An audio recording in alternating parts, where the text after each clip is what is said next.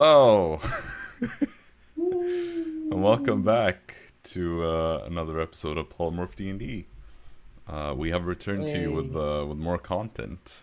Wow, are you excited? I hope so. Uh, After yet another kind of messy countdown, I finally pressed the stream button, so that's great. Anyway, hi. Um, we have a I guess we have a bit of a special video coming up sometime soon-ish. Uh, that we recorded a few days ago. Uh, Gotta figure out a way to edit that or something. I don't know. So who knows when it will be up, but it'll be up eventually, I suppose. Be subscribed to our YouTube channel if you want to see that. It's good stuff. Top tier content, very nice. Um, Aside from that, though, not really much going on. I suppose we're just gonna get into the recap then, because we don't have much else to tell our dear zero viewers about. Uh, but yeah, so the recap. Last time, which was about a week ago, I think. I mean, that's cool. We only had a 1 week gap. That's unusual for us these days. You all regrouped with the crew of the Brian and Mare. You also got to say hi to Benedict Blaze and Cephalus, who were on the ship still. Whereas the rest of the crew had kind of occupied the Citadel, Arx Oceanum, and just spent their time waiting for you at the Citadel, drinking in the bar that they found. But eventually, the next morning, you continued your journey. Things went rather well, but there was a bit of a fight between some of the crew members at dinner, which got a bit messy. Storm knocked somebody out by throwing a mug, I think. Deserved. You say deserved? He says No. head hurt. It was self-defense, bro. Yes. He threw it first. But yeah, the captain broke that fight up and kind of punished the ones that started it all. You then the next morning arrived at Hamn Oldross. You basically woke up, and then soon thereafter were told that, hey, you can pretty much see the city on the horizon now, so come on up and take a look. I did a bit of fishing though before then. But once you arrived, you realized that the city was not in top tier shape. Very run down, kind of struggling city.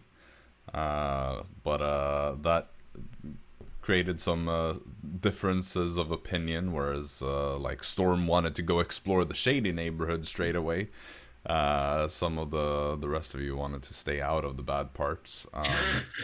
So you essentially split into three groups, with a Blaze and Cephalus just going to get some horses for you all. Storm, Jaxson, and poor Eli, feeling that he had an obligation to stick with the two of you. You headed to the bad parts of the city, or the worst parts of the city, to try to find the outcasts. Whereas Dara, Fritz, and Arisa were just gonna hang out in the parts of the city that they thought would be safer. Of course, they couldn't find the part that they were actually looking for, so they ended up just strolling around in the merchant district for most of it, and then pretty much got escorted out of the noble district, the Lycanos district, as soon as they found it.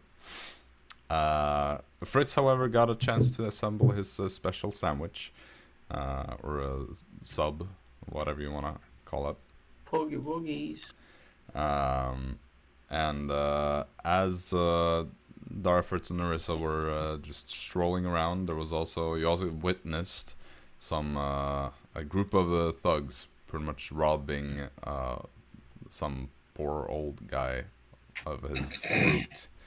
And Dara thought that it would be appropriate to give him like 2 silver or something like that.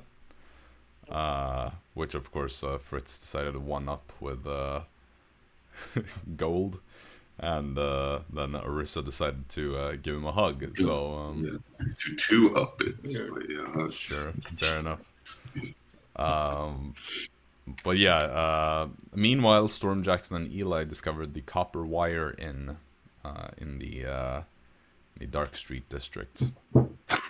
And well inside, as this turned out to be the location of the outcasts, though the outcasts were a bit different in the city. You found that the leader of this place, a man by the name of Wire,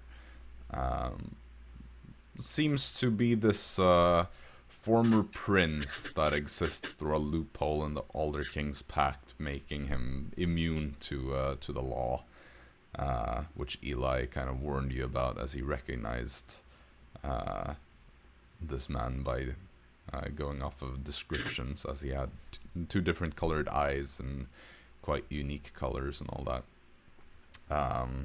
Wire also revealed some plans of pretty much taking over the entire city, becoming its official ruler, or ruler in a more official capacity anyway. Explaining the kind of rivalry between himself, the wealthy Drixonians of the city, and the local city watch. He also offered you some potential future work for when you return to the city after having dealt with your little mission that you stated that you were on. As you left this establishment, Jaxson heard some sort of voice speak to him and kind of dashed off down a side lane, disappearing for a while.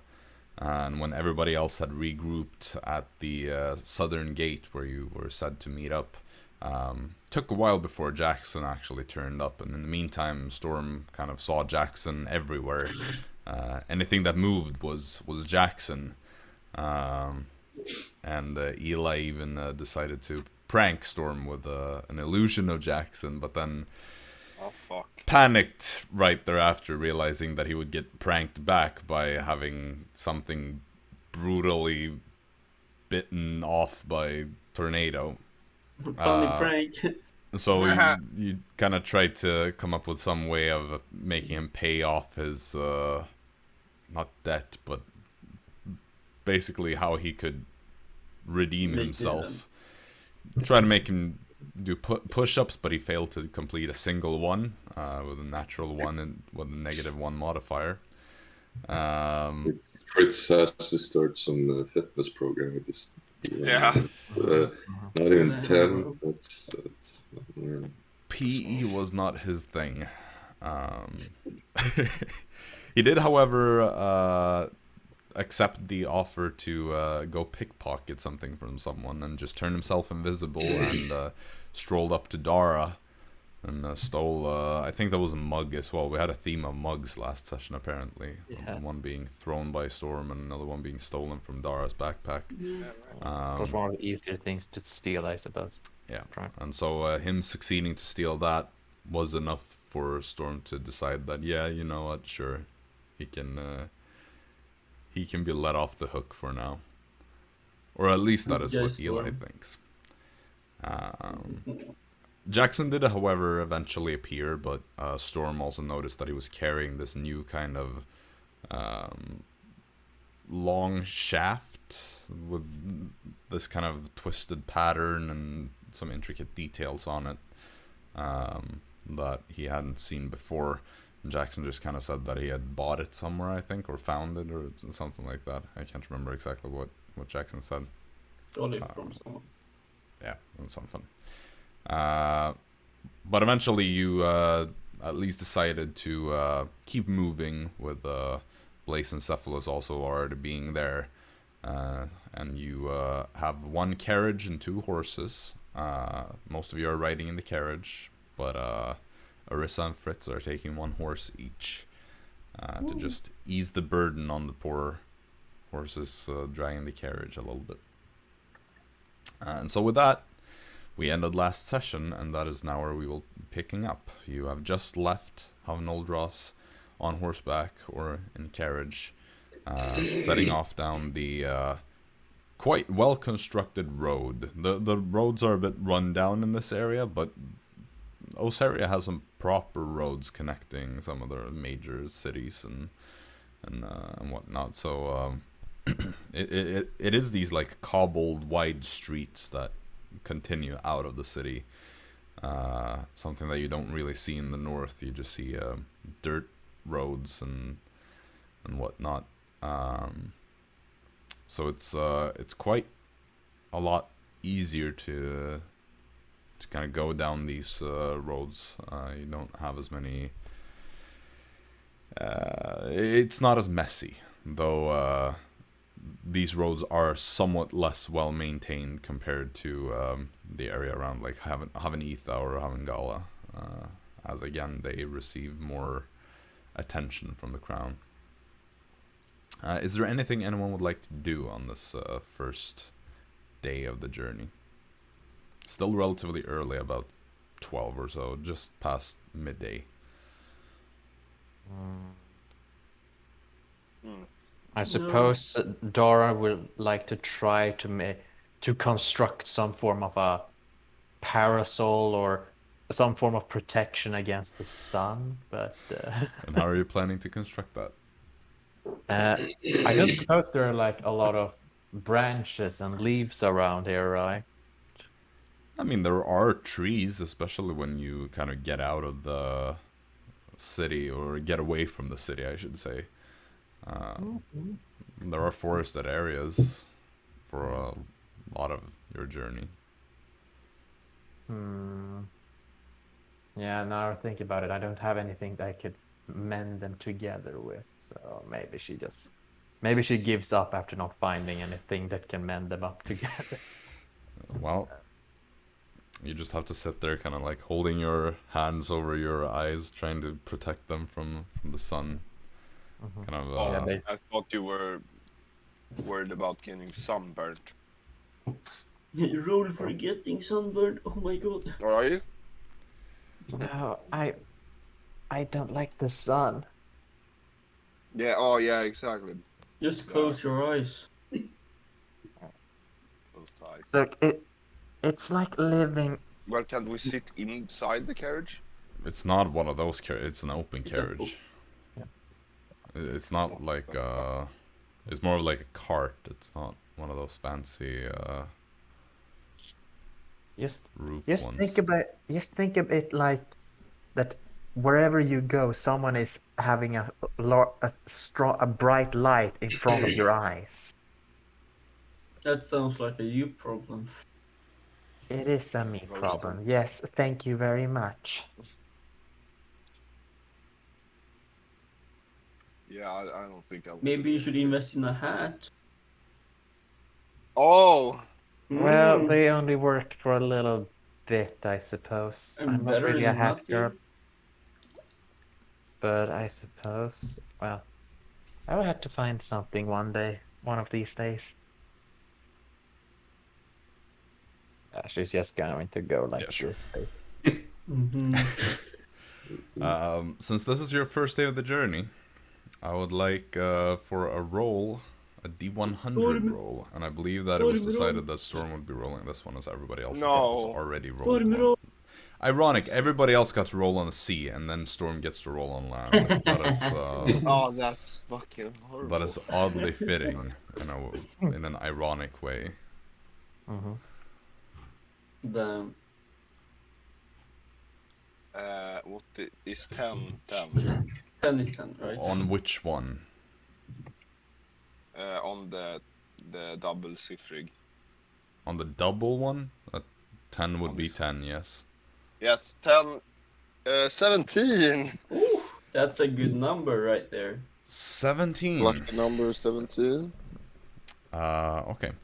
Well, first of all, just to remind you all, you are going at a very fast pace because of Fritz being able to kind of spiritually enhance the group with his passive aura. Yeah, I mean, it does say up to 10 creatures, including mounts, so...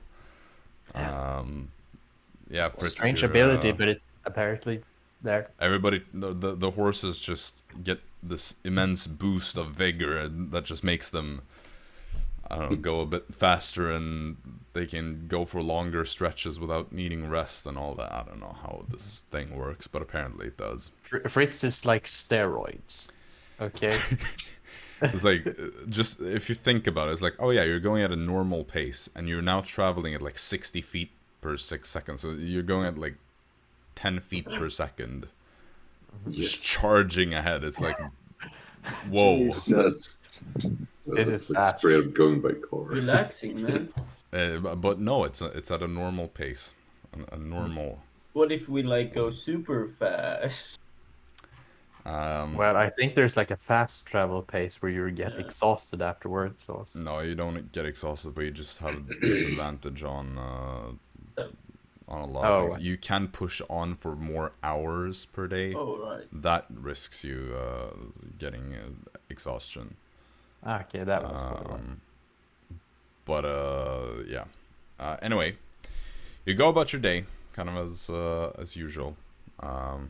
Or as usual, you've just started this journey, but you're just sitting around pretty much. You get a couple of hours away from Haven Oldross when you come upon this watchtower by the side of the road. Nothing strange about it. You see some guards that are just patrolling.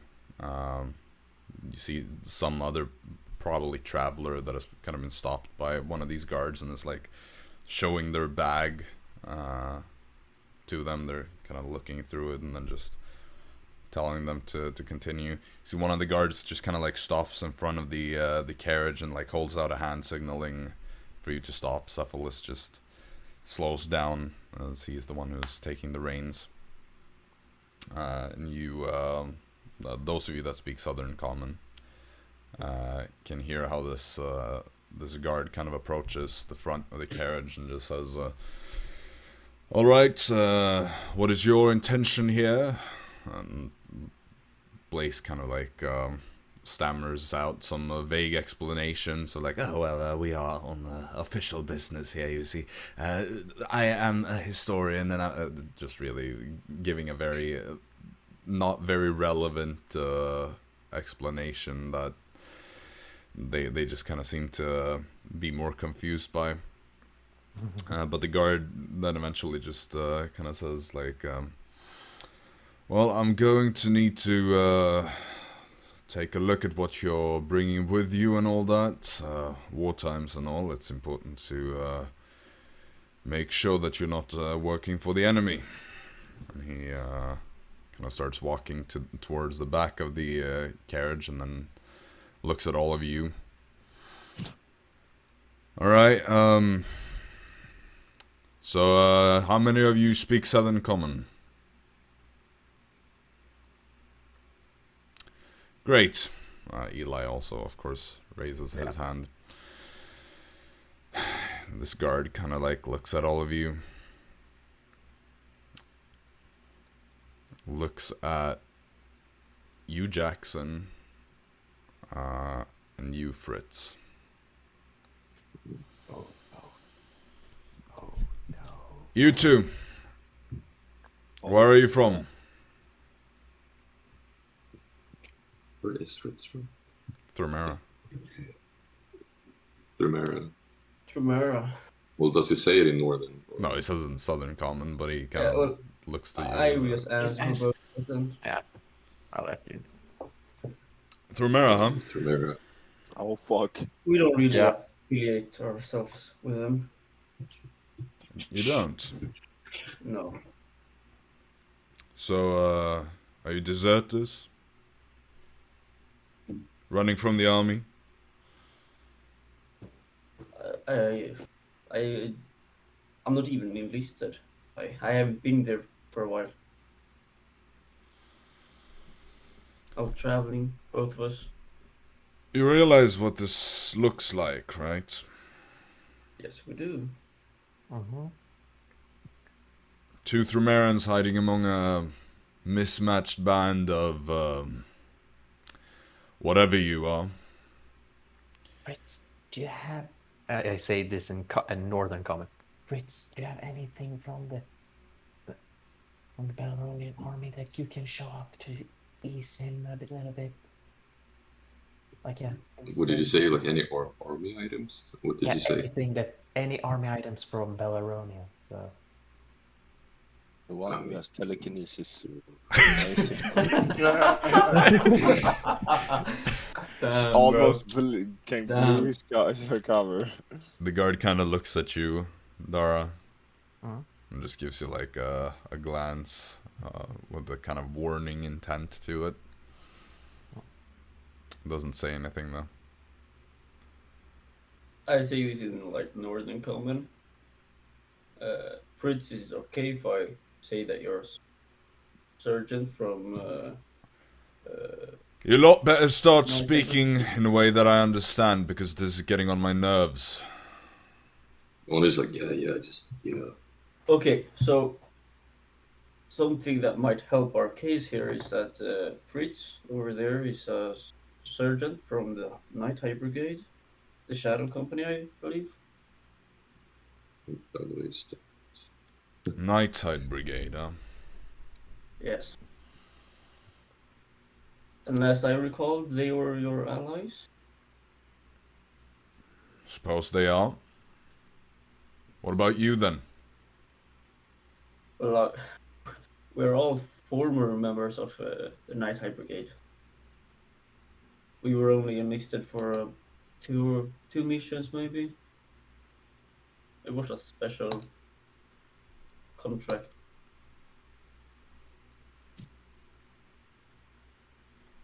A special contract. Well, we are here as mercenaries to protect any place here with official crown business. So the crown, I forgot the word. The crown trusts us with this mission. Well, so I don't see why there should be any problem with us if the crown trusts. He kind of like scans all of you. And which one of you is this Benedict Blaze? All right. You see, he kind of raises his hand. It's like, I have two names. Usually I go by Barnabas Ignis here. It's like, More use than other. the story's starting to fall apart, isn't it? Don't even know the names of your own compatriots. I know both of his names. You lads need help? no, Storm, we don't need your help. Just some I got a bullshit Damascus tag. racism. Don't. See, at this Just point, some roll like two more guards have kind of like exited the watchtower, and are kind of like looking as if like, do you need any help over there? Kind of like that. Way I see it, I'm gonna have to take you in. Very well. How long will this take? Don't know, but I need the two of you for certain. The rest of you, you're gonna have a brief conversation with some of my colleagues, but the two of you, you're staying here for a while. Very I well. get you sent back to Avenoldros in the next day or so, and then you're going to be interrogated there. Just be mindful that some of us do not know Southern Common, so It's alright, we have translators. very well. Either way, you have to realize that this is very suspicious, and he kind of like now waves over some of the others. You see at this point, Eli is kind of there just like, I don't want to get myself into more trouble. Can you people fix this already? This You know, is... just How use much your trouble do you want me to get into? use your privilege. Gentlemen! Hello. You see, this is a big understanding. Sorry, I was distracted. Oh, Would you happen to know who I am? And they all kind of like look at each other. They look at him. And you see like one of them kind of like nudges the other, and just like whispers something. You see that one just kind of like grows pale, No. and he just rushes up to the one that is talking to you, who still looks a bit confused and is about to say something, and he just like whispers into his ear. And instantly he kind of like stops in the middle of being about to speak, and he just like changes his expression on his face completely, and then just kind of goes into a deep bow, and it's like, "My prince, of course, I did not recognize you at first. I apologize profusely. This must be a major misunderstanding here. Of course, if these people are working for you, my prince, then, but by all means, do go ahead." Eli just kind of like leans back, gives a nod, and then just kind of taps Cephalus' shoulder and is like, "Right, we can keep going now." And Cephalus doesn't hesitate. He just keeps going with the carriage of the guard is kind of backing away at this point. Eli just looks over to you and says, I was hoping you could fix this. I'm not really much of a talker. Well, congratulations. I'm in even deeper trouble now that I'm getting back. Well, they already know that you're not. Well, I don't think you want us to kill them or something. No, of course not. This was the preferable option to murdering innocent members of the Osirian army. But still, I don't like doing this. I don't like using the prince card, so to speak. And Why be a prince if you are not gonna use it? Well, then? I'm not here to be a prince. If I wanted to be a prince, I would have stayed behind in Havanetha. Right, but this was just some racist guards, because they didn't like the way we looked. If we just looked like elves, they wouldn't have minded anything. They weren't racist to me. Well, if they found out that you were Thromerans, regardless, they would have probably suspected you. This just happened to be more... Yes, I suppose they're racist, but I guess that is what they're supposed to be in these times. Well, they're always racist. You're not wrong. Dara, are you alright? I think the sun is too much for her.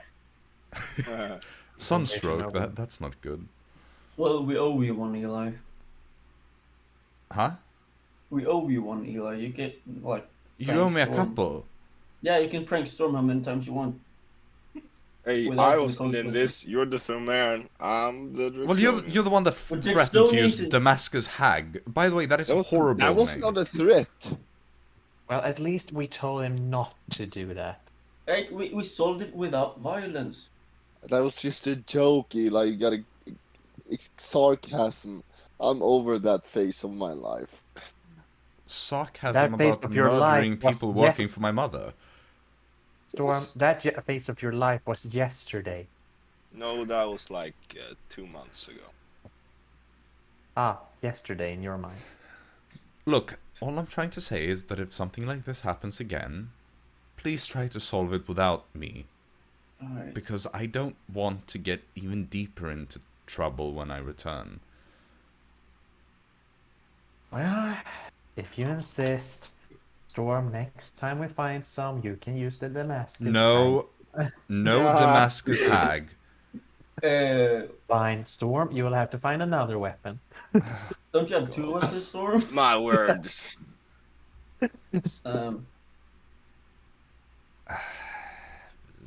People, please, just...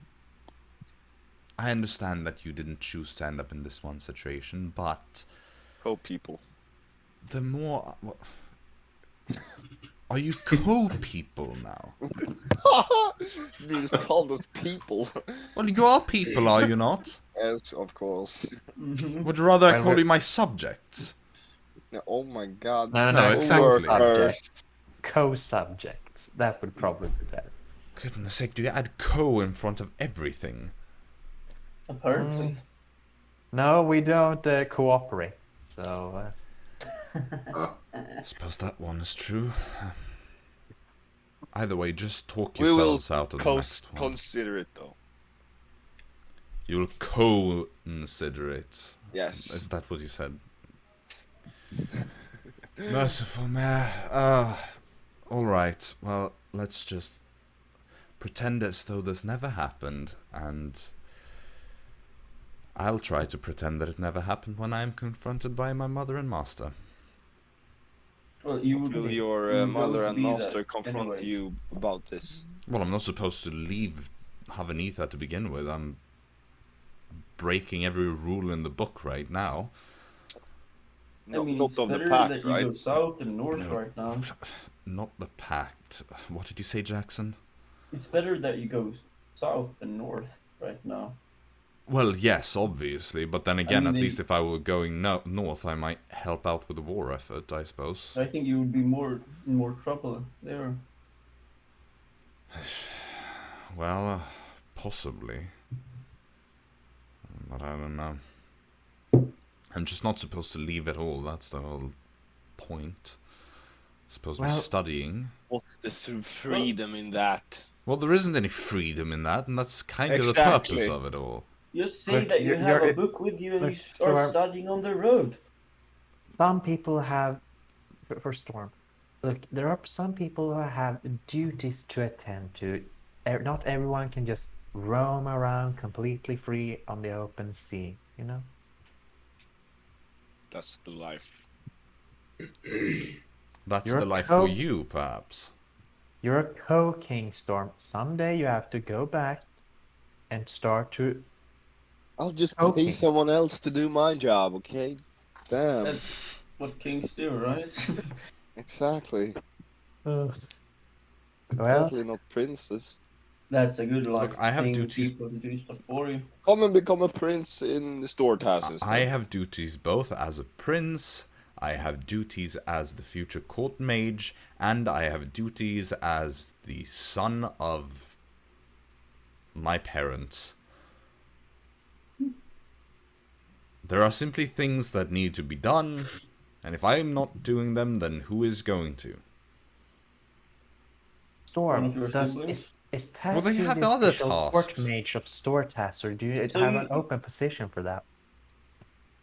That's a good question. He hasn't contacted me too much lately, so we'll talk about it when we return. Storm's voicemail. Hey, it's Tasio. Call me back when you're... I mean, you literally have a mage on your payroll.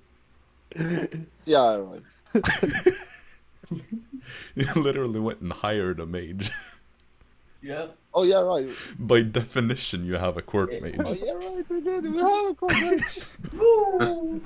Let's And go. one of the co-kings, of course, is a wizard too, but that's a different matter. Mm-hmm. Oh. Lovely. We bought weather. one. I remembered. Yeah. Oh. You bought What? a court mage? Yep. You mean you hired one? Yeah, for very, very long. But you didn't buy them, you hired them. He's stuck there now, so Most Yeah, mages are Storm- never stuck anywhere, to be quite honest. no, I know he's just gonna make some teleportation circles and everything, and the kingdom is gonna be perfect. Sure. But he's gonna like store test so much, so he's gonna want to stay. It's the plan, of Certainly. course. So, yes. We haven't talked too much, so he doesn't know my. Can I buy like a country house in Stormtask or something? Yeah, of course. Nice vacation place. I just feel like you're just gonna give everything just so you can get more people to store tasks. Isn't that right? No. Only important people. Important. Oh, Ah, so the that's coworkers. nice. We're kind of important. Eli can have a place there, but Thank you, he's- but no thank you. Are you What ab- certain? How about Benedict Blaze? He should have a Benedict- place there of too. course, Benedict Blaze should have one. He kind of turns around, he's like, I heard my name. Yes, we're talking about getting fine stuff over in store tasks. I'm not familiar with this place. Oh, it's Storm's It's Co-Kingdom? the 17th kingdom 18. in Dawn world. Yeah. Storm is co-king. Or of is it this. the 18th? He kind of starts counting. I think in order for it to be the 17th, something needs to disappear first. So it would be the 18th, yes. The 18th, yeah. Though currently we are in the midst of war, and technically, I suppose, Thrumera and Lironia have already merged into one dual monarchy. So it depends on how you count things. We'll say 18th. Yeah, Stortas 18th kingdom. Yeah. And you're gonna have a house there, of course, because holiday spot. I don't have much time for holidays, to be honest. Well, you will study there. We're gonna kill the vortex sea, and then perfect. You're Then going to you'll be kill like, the sea. yeah. No, the vortex, living vortex. Yeah. Quite ambitious. Yes, it is. You're gonna be wanna be there live, right? We're going from Stortas, of course. We're probably gonna find it. I have a lot of responsibilities that I need to be working on. Besides, I'm getting quite old, so I need to make the most out of the time I have left. You will just have to make a permanent teleportation circle in his home so he can get to Stortas. There we go. I'm not a mage. Well, at least Stortas has a court mage, so we can probably figure something out. I Oh, well. am grateful for the offer, but I think I will need to decline this. Besides, I'm already the royal historian of Queen Alicia, so I should not be affiliated with other nations. Oh, that's sad. Was that all? Yes, we believe so. All right. And he turns back around. We should give Remember the Weather Eye story? That would have been fun. Do you have outcasts in your kingdom? Stortas. Yeah. We're gonna fix that, of course. And Do you also, really you need to wanna invite Do we really Schreiber. want to- like the yeah, but do I outcasts really work want an against outcast your to speak with- kingdom. Schreiber needs to be invited as well. But he is only coming if there's an outcast, right? Probably. Or at least a market. I guess a senior member. Yeah, I mean, Or not. Schreiber is a senior member, so he gets the big cities.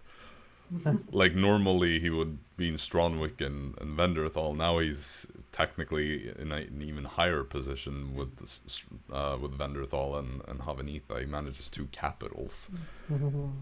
This guy has essentially been promoted recently. Like, I don't think he wants to go to some small little island village. What the fuck? Hey, who knows? It could be stonks, man. I don't think business will be booming on Stortaz. I'm sorry, but I just don't. You just wait, hater. Just wait until that one day that Storm finds gold on Stortas or something like that. Yeah. Yeah. Yeah. Yeah, I the mean, whole island is literally just a big pile of gold. Yes. Well, I guess we don't really do much more Well, this day, Fritz right? can join and live his peaceful days there when the brigade is over. And Right. yeah. So Well, we he got- does have military training. He can always become a sergeant in the army of Stortas eventually. I can be the. Mm. Oh wait, I can become field marshal. is instead. is Fritz sergeant? Yeah. I thought Clarice was that. Ah, yeah, my bad. Yeah. What is Clarice? Clarice happens to be colonel. Colonel. Ah, yeah. The colonel kallar i. Coronele. Suez. Yeah. Yeah, it's very hard to. It's very easy to forget that, especially There's with Yeah, all but its following. I There's like remember basically at least like that- 15 ranks between us, if not Mhm. more. I remember at Did she, least like, that get the boot or women is the something? captain. So Yeah. because Right. I fought him because And lost. Yeah, major women. There's a captain that is great. Yes, I definitely feel like major women is a cat. Yeah, well, he used to be a captain. Mhm. If he's a major. And he has at one point been a captain. You Keep know these. on. What? You know these military rankings always confuse me. Quite.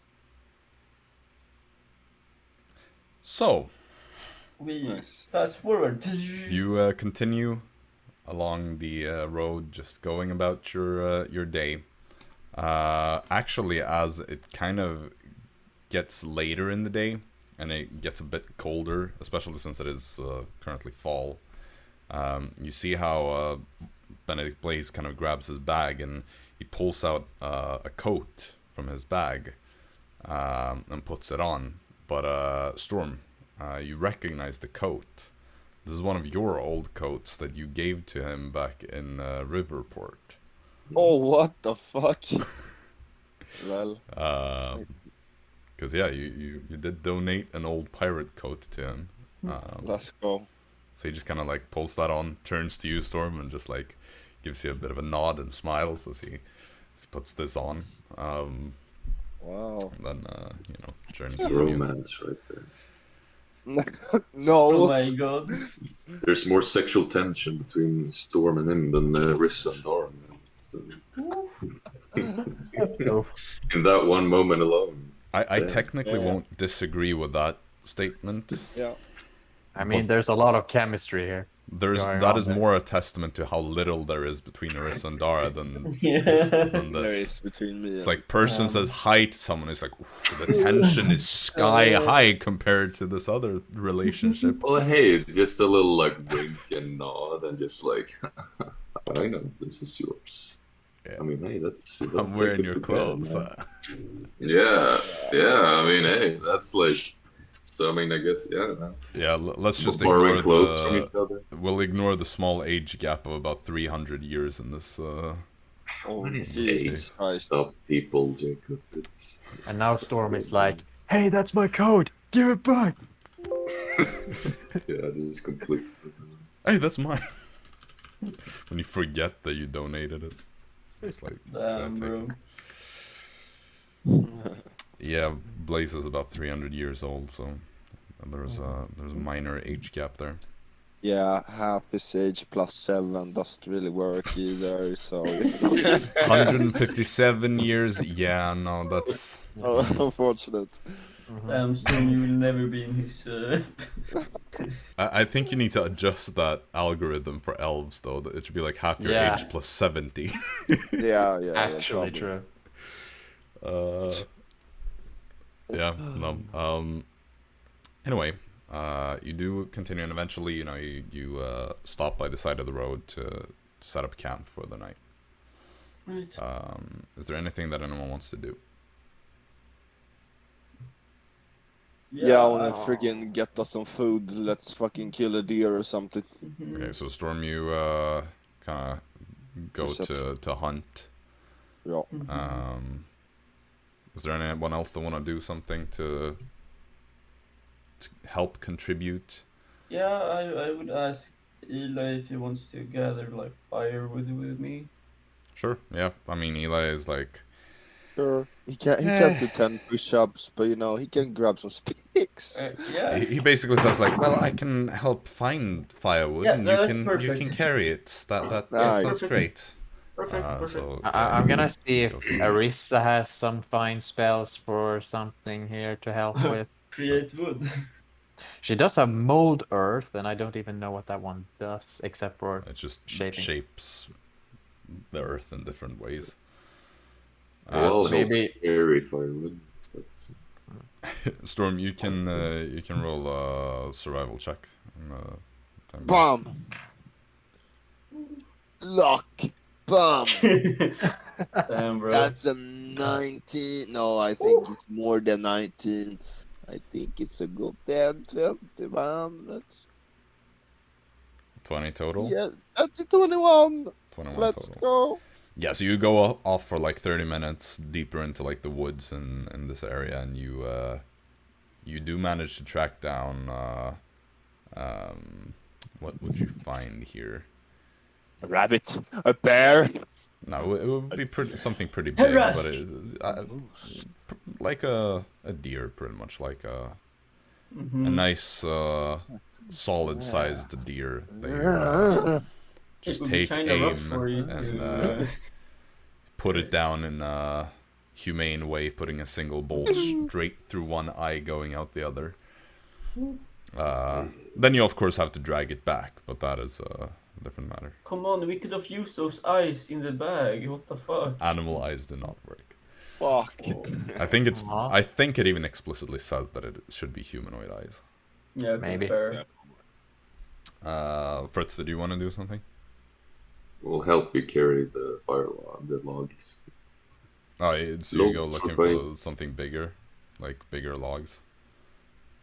Well, I mean, like Eli said, he can help spot things with his weak puny arms. So You can build a house. Carry.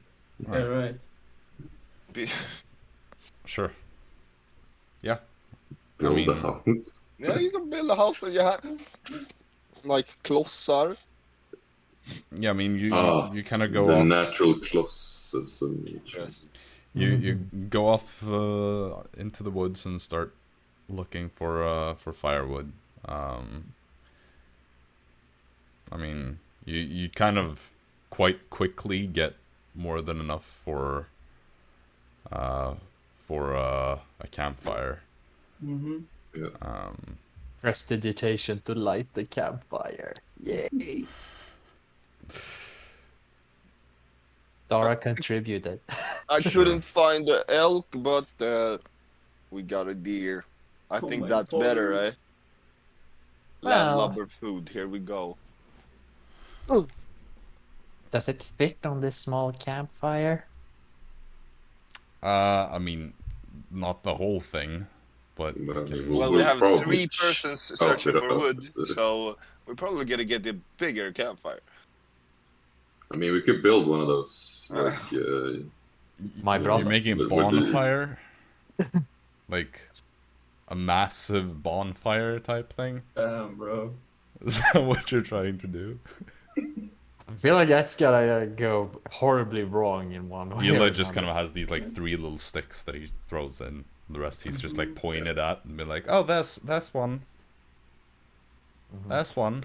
He's not very perceptive, so he didn't really do much. Yeah. While we're building this like campfire, what can I call Bonfire. it? A bonfire. Apparently. I will pull Eli aside. Yeah. Yeah. Whoa, what the fuck?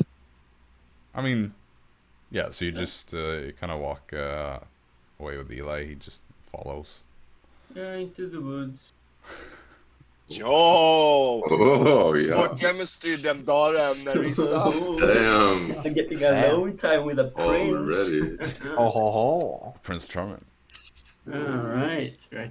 I need to repay him somehow, you know. Eli is rather handsome, I will say. No way.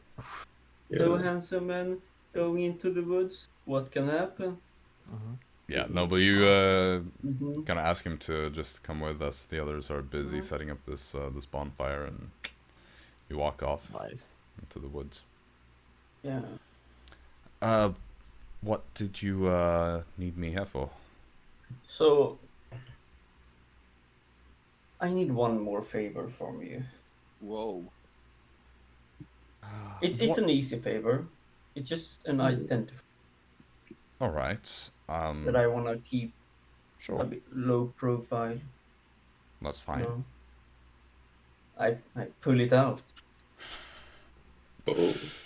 Yeah. Okay. So You you, pull it out? Pull it out. Ooh. Damn. Could you inspect this for a moment? Just continue with the innuendo. Damn, this is spicy, dude. may I hold it? Go ahead. All right. This will only take a moment. That's right. What the fuck? Very good. Yeah. I will do it the slow way to preserve some of my energy. That sounds reasonable. No, but he goes ahead and he casts Identify. Mm-hmm. Identify what? But that's strange. There's nothing to it, to be honest. It's completely Eli is unmagical. rejecting it. Well, Eli's seen better. He doesn't. Yeah. He knows he well, can thank do you better. anyways. I didn't really know if it was magical from the start. Well, it seems completely ordinary. Mm-hmm. I suppose it's just what it looks like. Can we keep this event a bit quiet? Sure.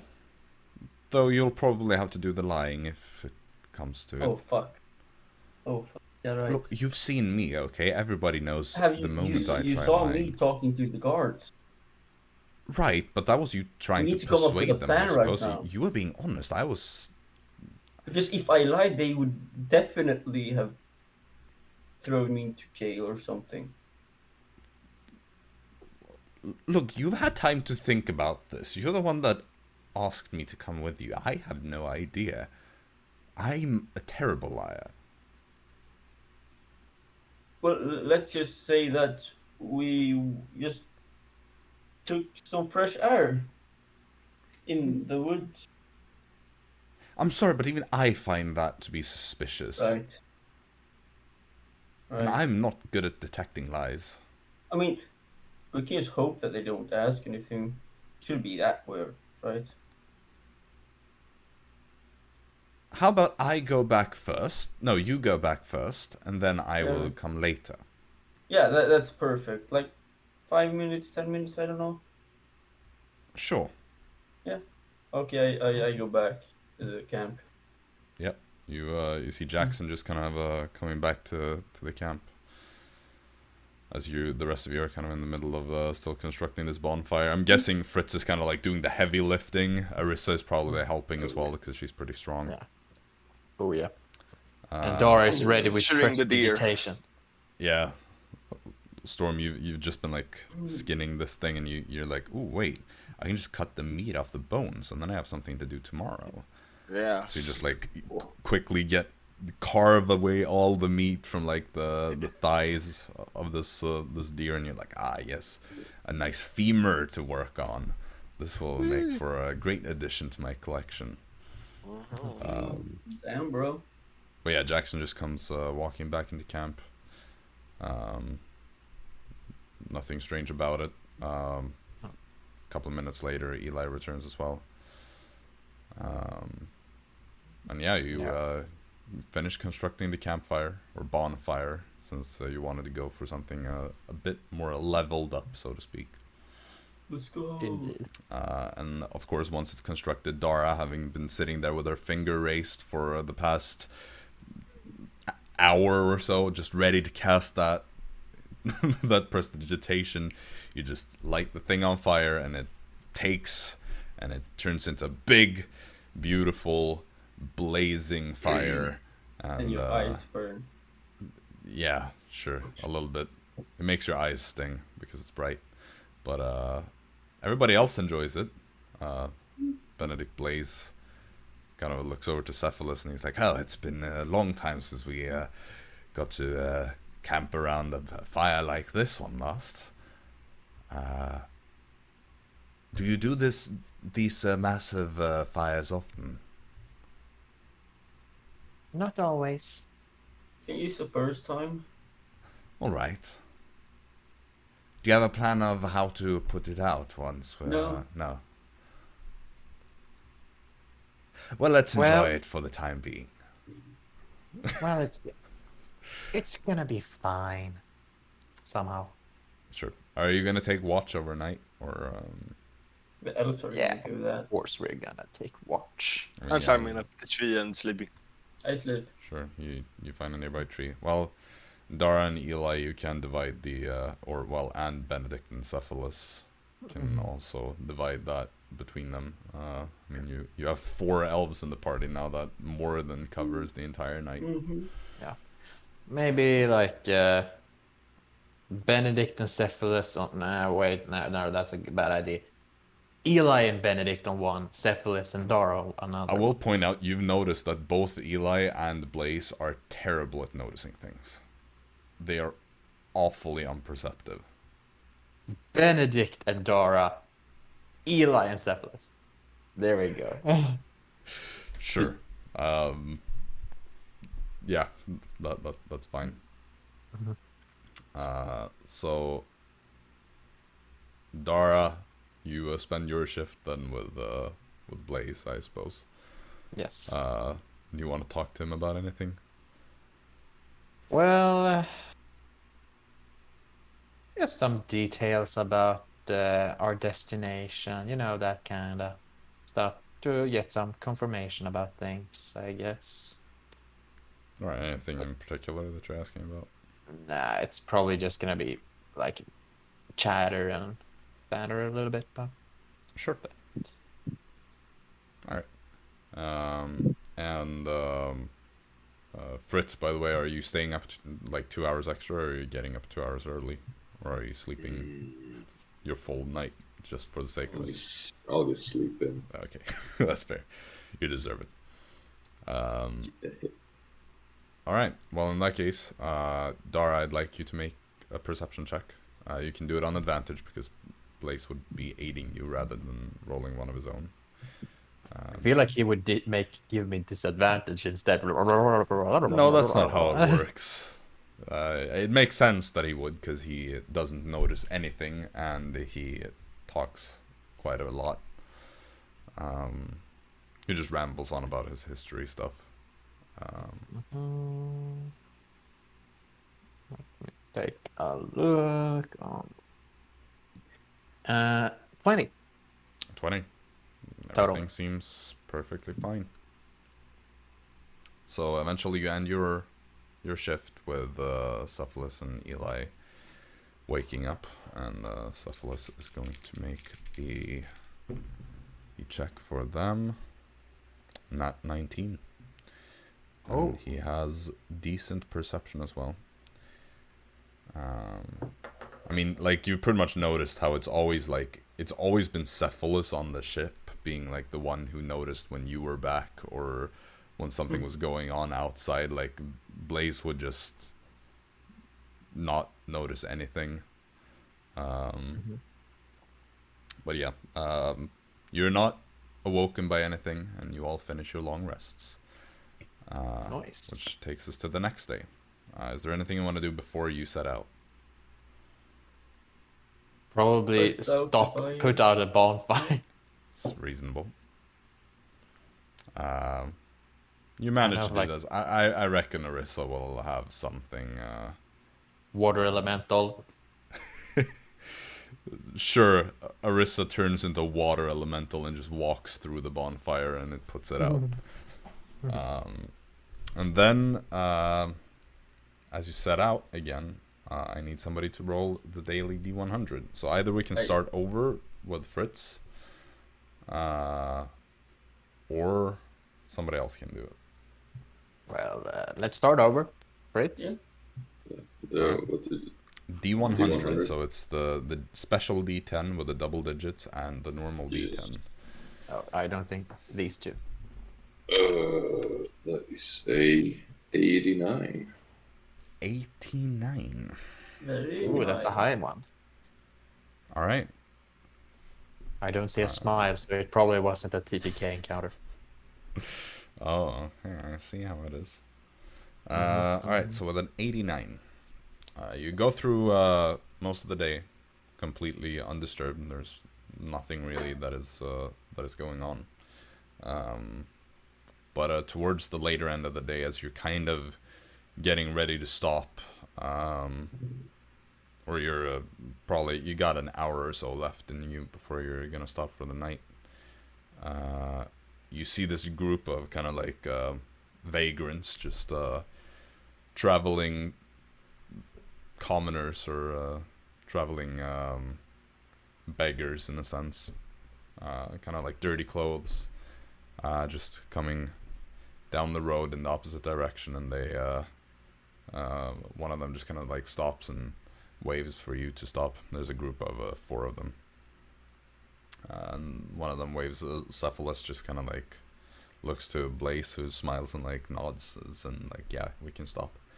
And one of them just approaches the carriage and is like, Masters, I'm sorry to have to ask, but we don't have much food. Would you happen to have some to share with us? I'm gonna have to check if I have any food. I'm guessing you didn't finish the whole deer last night. So if you brought some Probably. of that, then... You wanna give them some food, Storm, from the deer?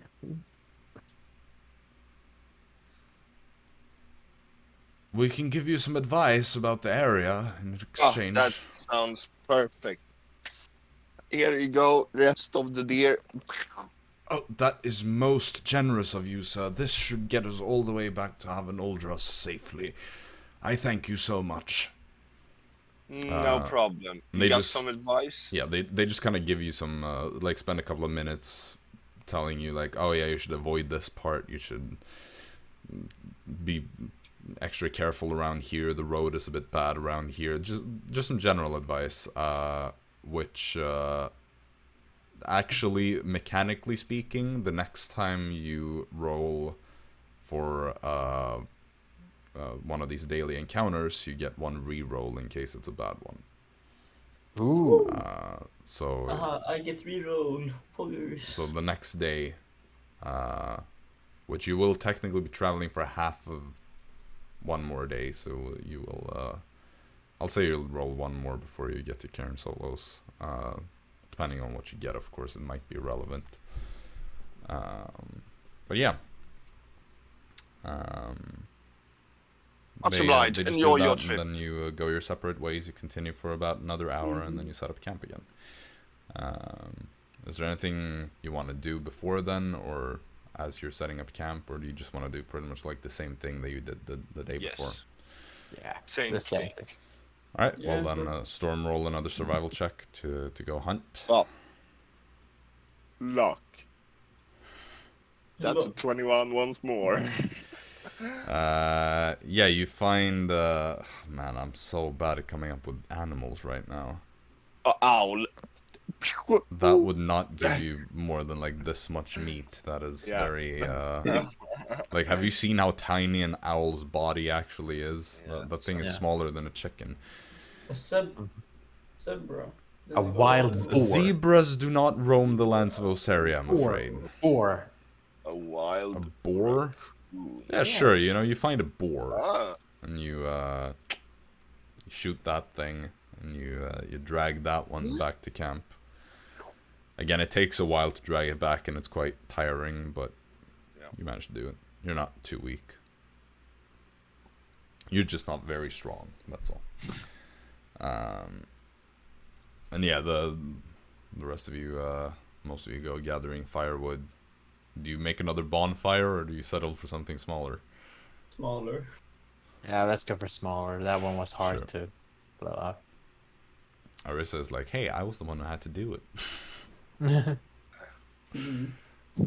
Yes, you did. But yeah, you easily gather enough sticks to create a more humble kind of a campfire on the larger end of the scales rather than an entire bonfire. So you set that up, and you have your boar for dinner. Storm, of course, you have more bones to add to your collection now. hell yeah, I got the boar bones, deer bones. Yeah. And then you take watch again, I suppose, if you don't want to do anything more before night. So same teams, I suppose. Yes, So, they were a pretty good team. Yeah, Dara, go ahead and make your roll as Blaze blabbers on about all kinds of weird history trivia. So still advantage. Still advantage. I'll roll in the meantime. Wow! I rolled. First roll I rolled a nat 1, and I was like, oh god, thank I got a re-roll. Rolls another nat 2. Let's go. So that is an 8 total. Yeah, you're just kind of like sitting there, and this time, like, you get some pretty interesting history facts from Blaze that distract you a bit from your watch duties. But you know what? As your shift ends, nothing bad has happened, so you reckon it's fine. Poggers. When I rolled for Cephalus, he actually also got a natural 1 on the first one, but he got a natural 18 on the second one, so he keeps watch quite well, and you go through yet another night undisturbed. So you're now on the last half a day of your journey. You reckon that you'll probably be arriving at Cairn Solis around like the afternoon-ish. But for the fun of it, I think we should still roll another daily encounter, because those can be pretty interesting depending on. Let us see. So I suppose Jaxson, you're the one who's gonna roll it today. 98. Oh, that's high. 98. 98. I'm gonna say you get a reroll for this one. Ooh. 53. 53. Let's see, where do we have 53? Well, 98 was something Okay. bad. Ooh. Now we get something worse. Well, I will let you choose. Still, 98. you wanna go for the 98? Yeah, it's higher. Like, it's Alright, close alright. to the 100. Come on, you gotta take that. Because you're allowed to take the 53 as well. No. It is essentially a roll where you can choose, because you don't know if the 53 is a good one or a bad one. You just get the 98. choice between them. Okay. So. Or smells sapphires. Let me just, Or smells rubies. Okay, so as you're just going along this this road, and you kind of get to this one point where you remember that these vagrants, they said something about another path diverging from the like main road. You try to think, did they recommend you to avoid the main road in this part, or did they say to stay away from that path? You're a bit unsure. But you feel like, you would normally stick to the main road, so they probably said that you should go on this other path. I mean, there's no reason to really point out, like, oh yeah, there is a random other path right here. So you start going down that path, and it's still good enough for the horses and the carriage to go there. And as you start going down that road, and you've gone there for a few minutes, Storm, you being the most perceptive of the bunch, you see this chunk of stone kind of partially concealed behind a tree. It seems like there's something made of stone that is sticking out, just mostly hidden. In a tree. No, like behind a tree. But it is, like, from where you're going, you can just barely see some part of, like, a gray stone sticking out. I grab my slingshot. Okay, make an attack roll. See if you hit. Do I attack the stone or the tree? Is it a surprise, maybe? That's 21. 21? Okay. So, what do you fire, by the way? Just a pebble? I got rocks. Yeah. So you Like just 6. fire off a pebble with your slingshot, and it hits the stone, and you kind of hear a sound as it breaks and falls down on the ground. Strange, like, because now it's moved a bit from behind the tree. It looks like a stone arm. Like Okay, it's yeah, I jump off the broken carriage. statue. What you're doing, Storm? Because you jump off the carriage, they're kind of going a bit slower at this rate, just both to let you do that and because the road isn't as nice. But you run over, and you peek behind the tree, and you see an entire statue of an elven man that looks pressed up against the tree. Like the arm that you shot off seems to have been like kind of around, like it was almost like this kind of pose, like around the tree, and then the statue is like looking over its shoulder. What's the facial expression? Just normal. Just like Just stone face. Ah, yeah, I mean, there's nothing weird about it. no text on it, or is it just?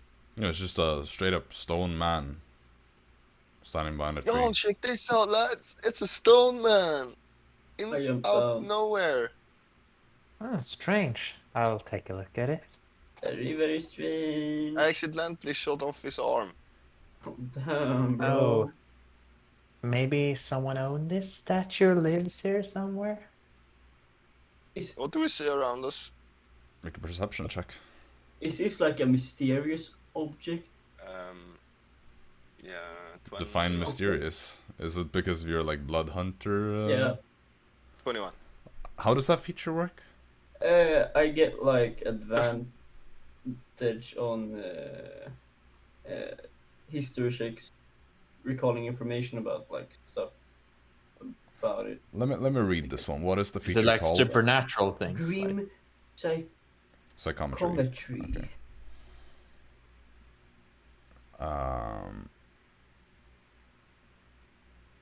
Sure. I'd say you can use that feature for that. Pokeboogies. Let's go. We need to find another. Oh dear, we have the other. So you can make a history check to determine what the nature of this pretty much. 24. 24. Okay, Storm, as you first start looking around, you see another stone person further into the woods, a woman this time, an elf. Also kind of looking behind her. She seems to be in the middle of like a running pose.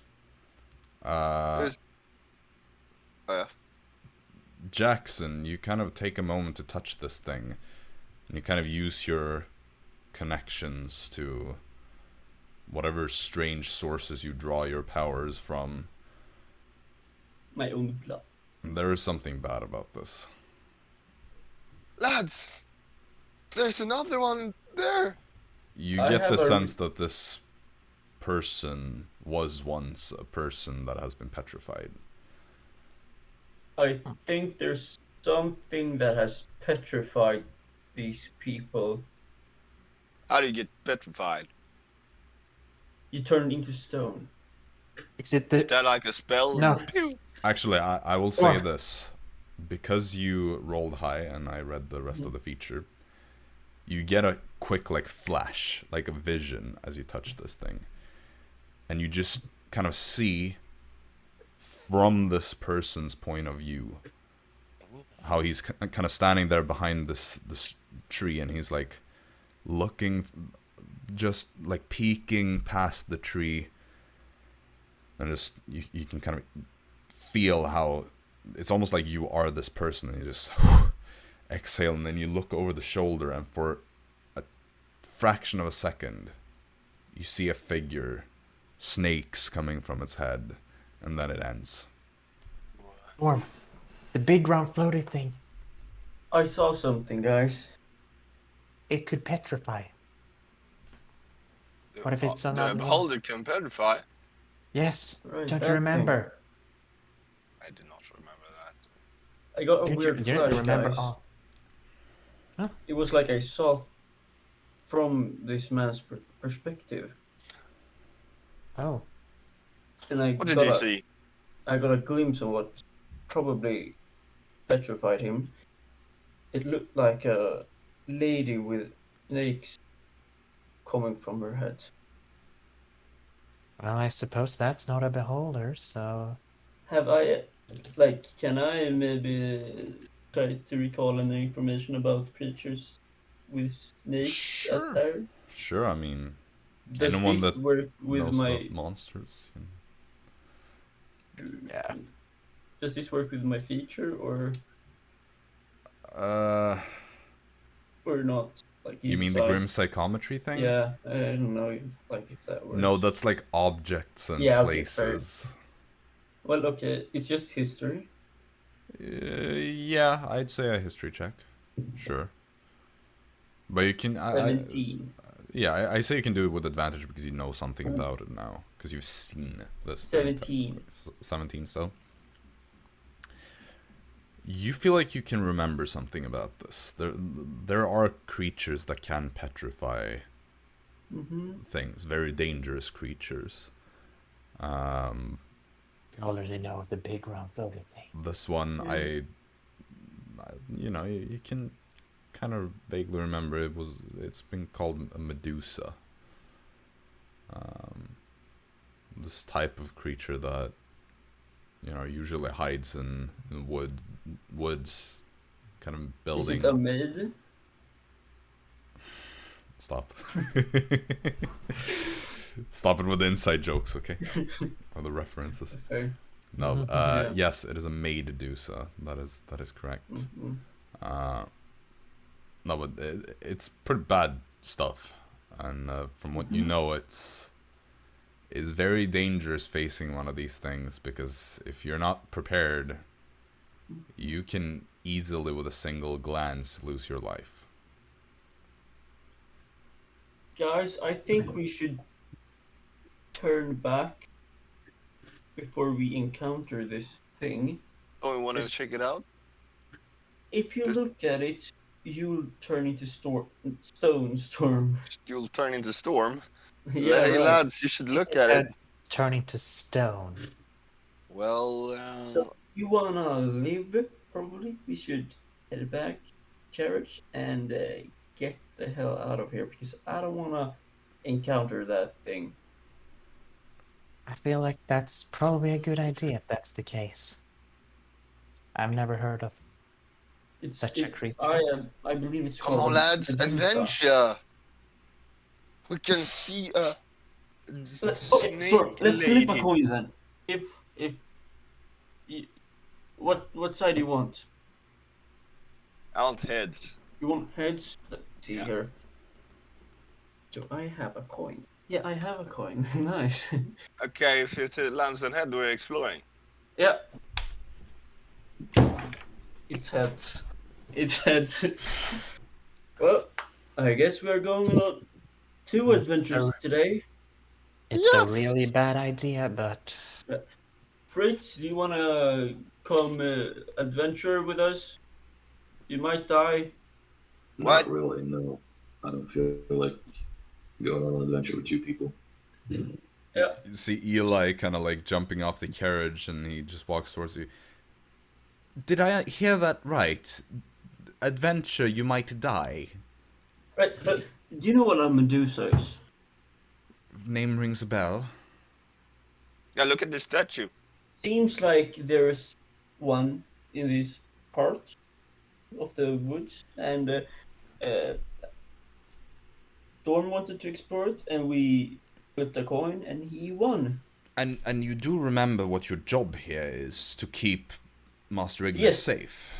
And that's the thing. If So- this Medusa comes when we are at current solos, then we don't want it to come from behind and attack us. We're still quite far from Cairn Solos. It might follow our tracks.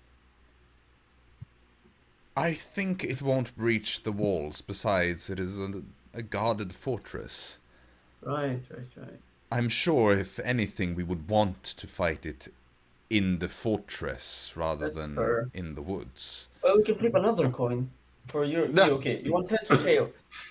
Look, make sure that you get the rest of us out of here, and then you can go back and you can do this. And if you never return, then I suppose we suppose could that's always sad, split. but we could always split up. So that Eli and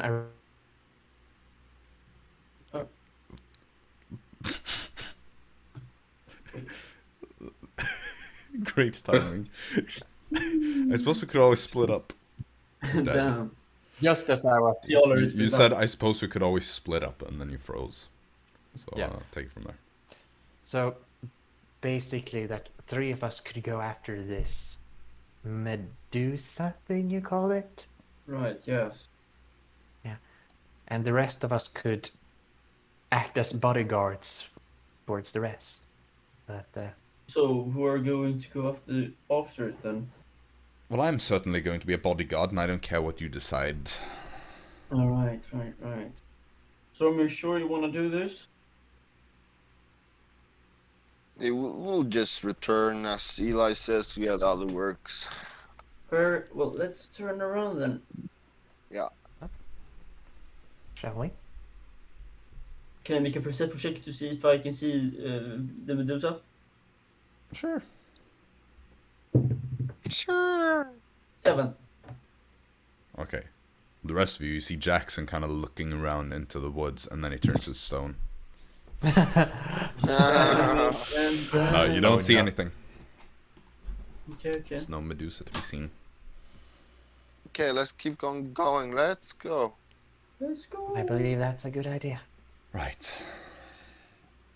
So you kind of take a moment to turn the entire carriage around. It's a bit difficult. You need to like unhook the horses, get them on the other side. Then Fritz and Arisa, you mainly are the ones to kind of like pull the carriage to get it back in the other direction, because it's not a very wide road here. But eventually you get back onto the main road, and you can continue to press on towards Cairn Solos. Eli just kind of says, so when are you planning to come back to this place then? On our way back, maybe? Sure, but then we're leaving the carriage on the road quite a bit away from this place, right? Or you are leaving us there, rather. Probably. I mean, it's up to Storm. He was the one who wanted to pursue it. Look, if we wanted to pursue it, I think it's best to do so now. But if we don't want to, then we just have to leave it. Look, we can ask the people in Cairn Solos. I don't know who is going to be there right now because of the war times, but I assume that there will be someone of relative competence that knows something about this already. They've probably heard something. That sounds like a good plan. Well, if it's a problem to them, we'll look into it. But otherwise, well, we'll manage. Right. Besides, maybe you can just take a detour. You can come over here and you can deal with that, and then you can come back to Cairn Solos, and you know, after we've completed our mission there, and we're on our way back to Havanitha or something. I don't know. Just don't get me or Master Ignis or Cephalus involved in all this, and it's fine. Sounds understandable.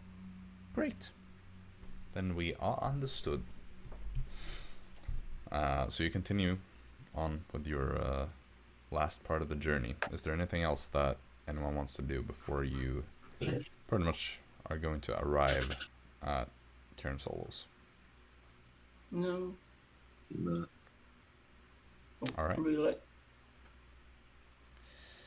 All right then. In that case, you continue onwards, and you can see in the distance as you're kind of getting to the afternoon-ish. You can see further ahead, atop this hill. You can already see Cairn Solos. The area around this is like plains. The ground is mainly flat, a bit rocky here and there, but apart from that, it's, you know, it's open view over the entire area.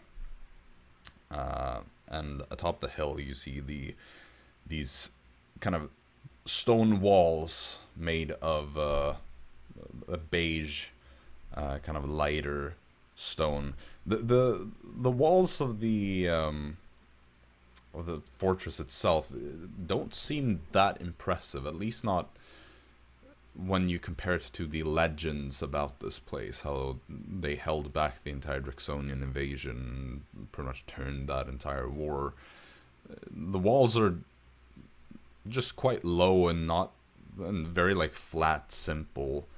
It has a nice location on top of this hill, especially since the northern side of it that you're approaching from is very like just rocky cliffs that are way too steep to be able to scale. You reckon that you'll have to go around to like the south side to be able to go up a smoother slope. So the location is good, but apart from that, the fortress itself, it is a very like old type of architecture, which is understandable since the legends about this place are 1,000 years old, but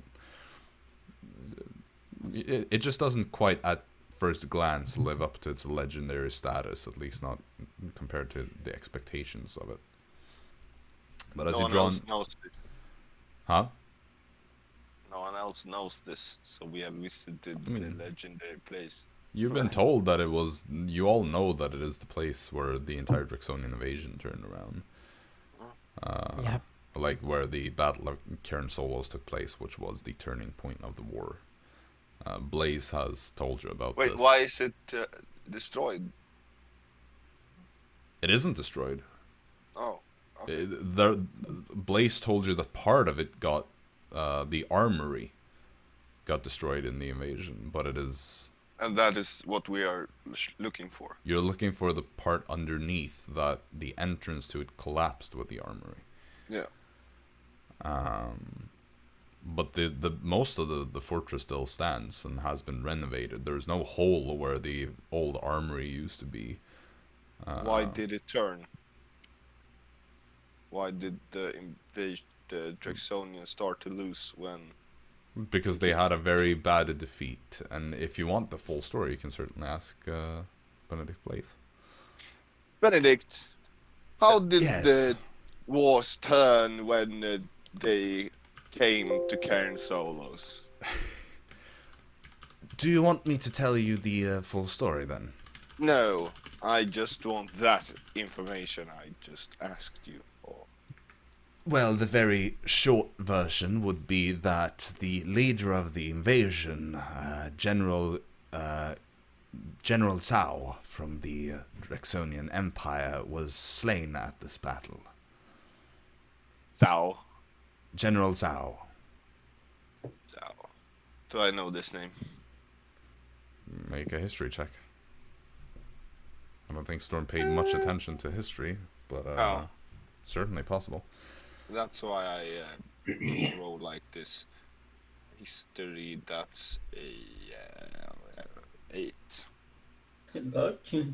No, you didn't pay much attention in history Who class. killed Zhao?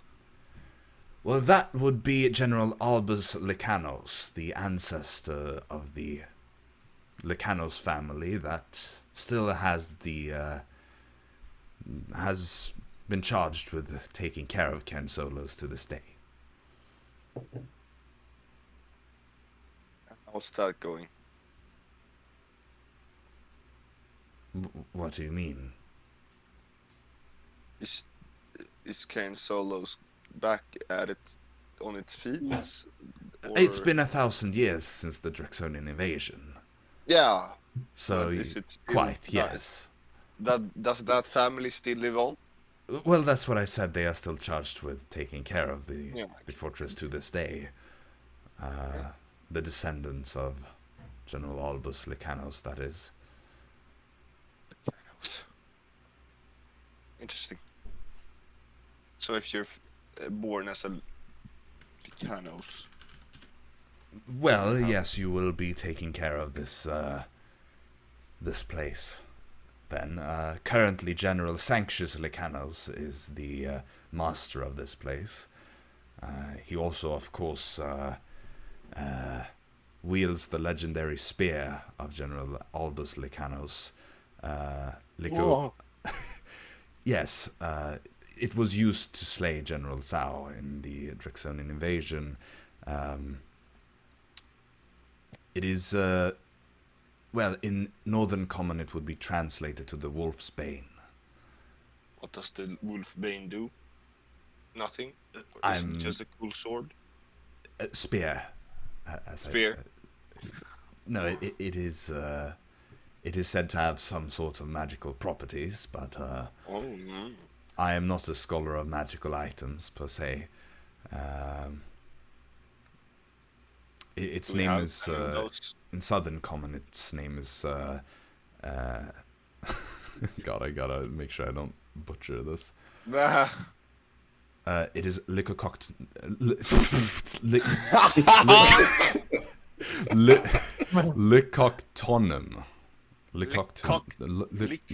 God, I hate that. It's Latin, or it's Greek, or it's like both. I don't know. It means the wolf's bane. And Lickcock. oh God. That's a nice name for a... Licoctonum. Licoctonum. I don't know how to say it, but I feel like it's one of those things that is impossible to pronounce. Yeah. Yeah, it is the wolf's bane anyway. That's. Are we gonna meet this ruler? Well, I don't know who is present here. I think I overheard Eli speaking about this earlier.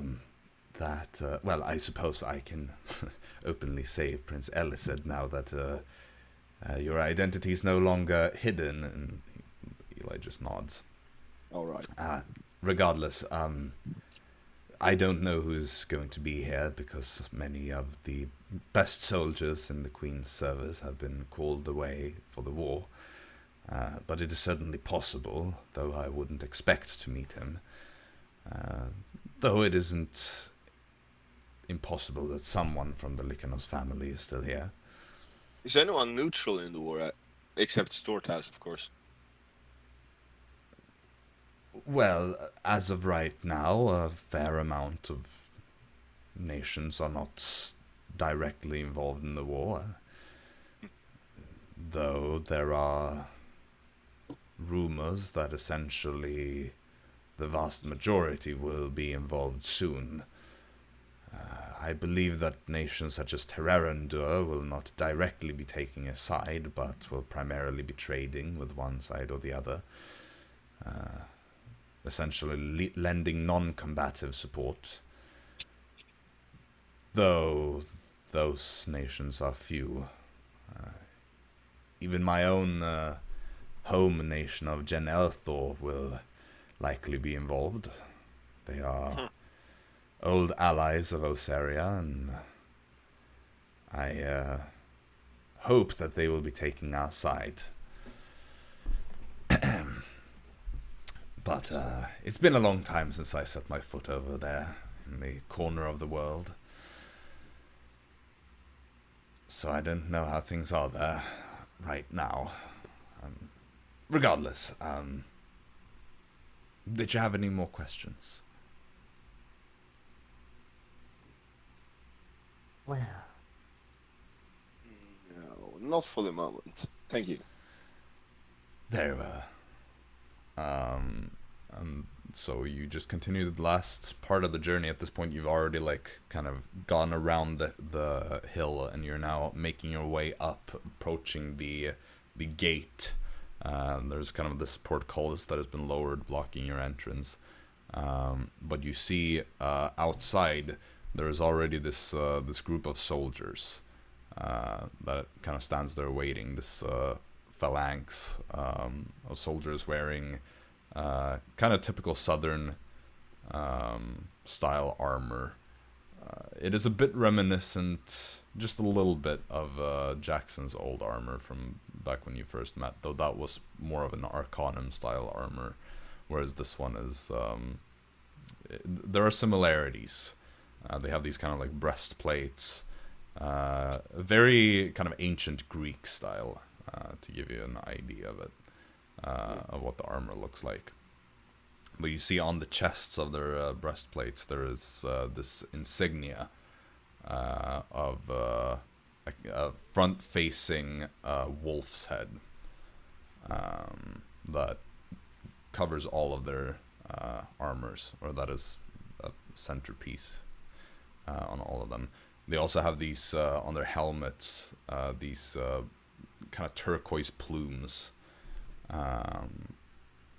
And you see in the front of this phalanx, there's this one, probably officer of some sort, as his breastplate is a bit more decorated with a silver trim to it.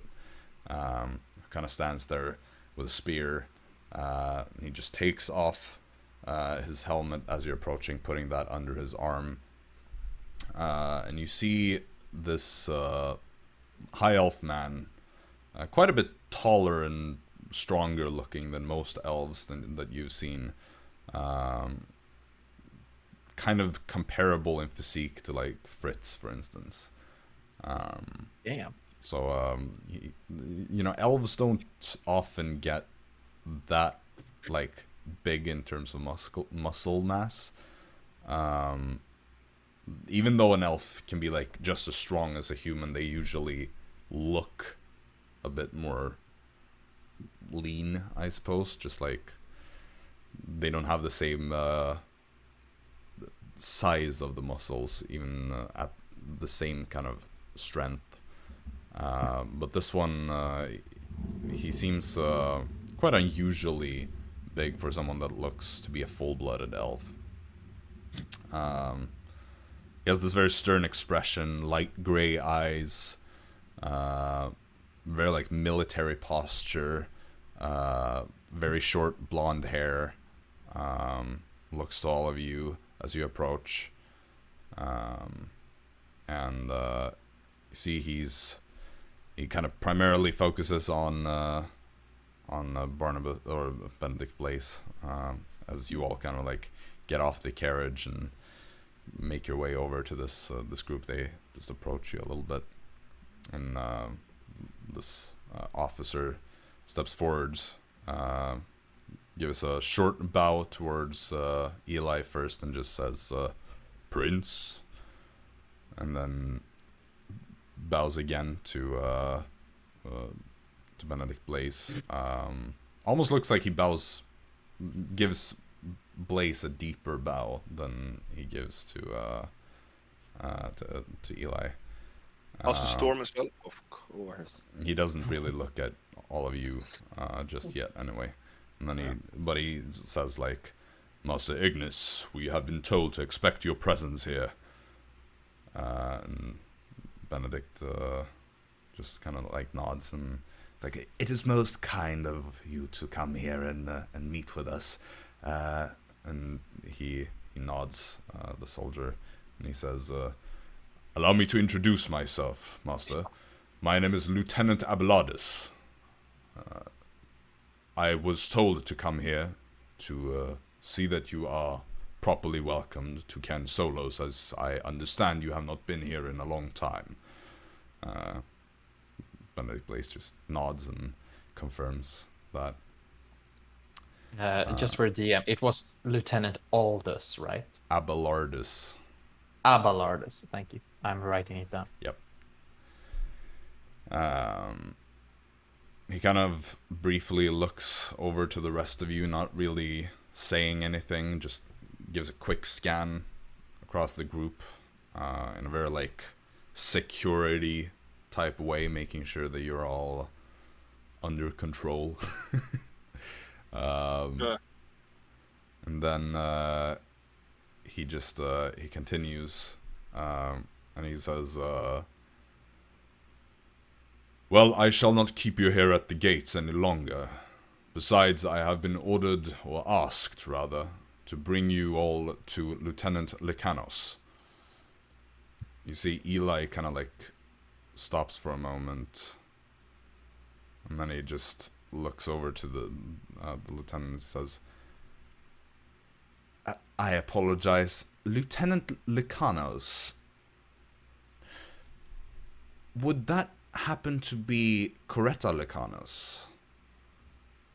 And the lieutenant in front of you just kind of like looks at Eli and just gives a faint nod. You see Benedict Blaze at this point kind of turns to Eli. He's like, "Oh, you remember her? Yes.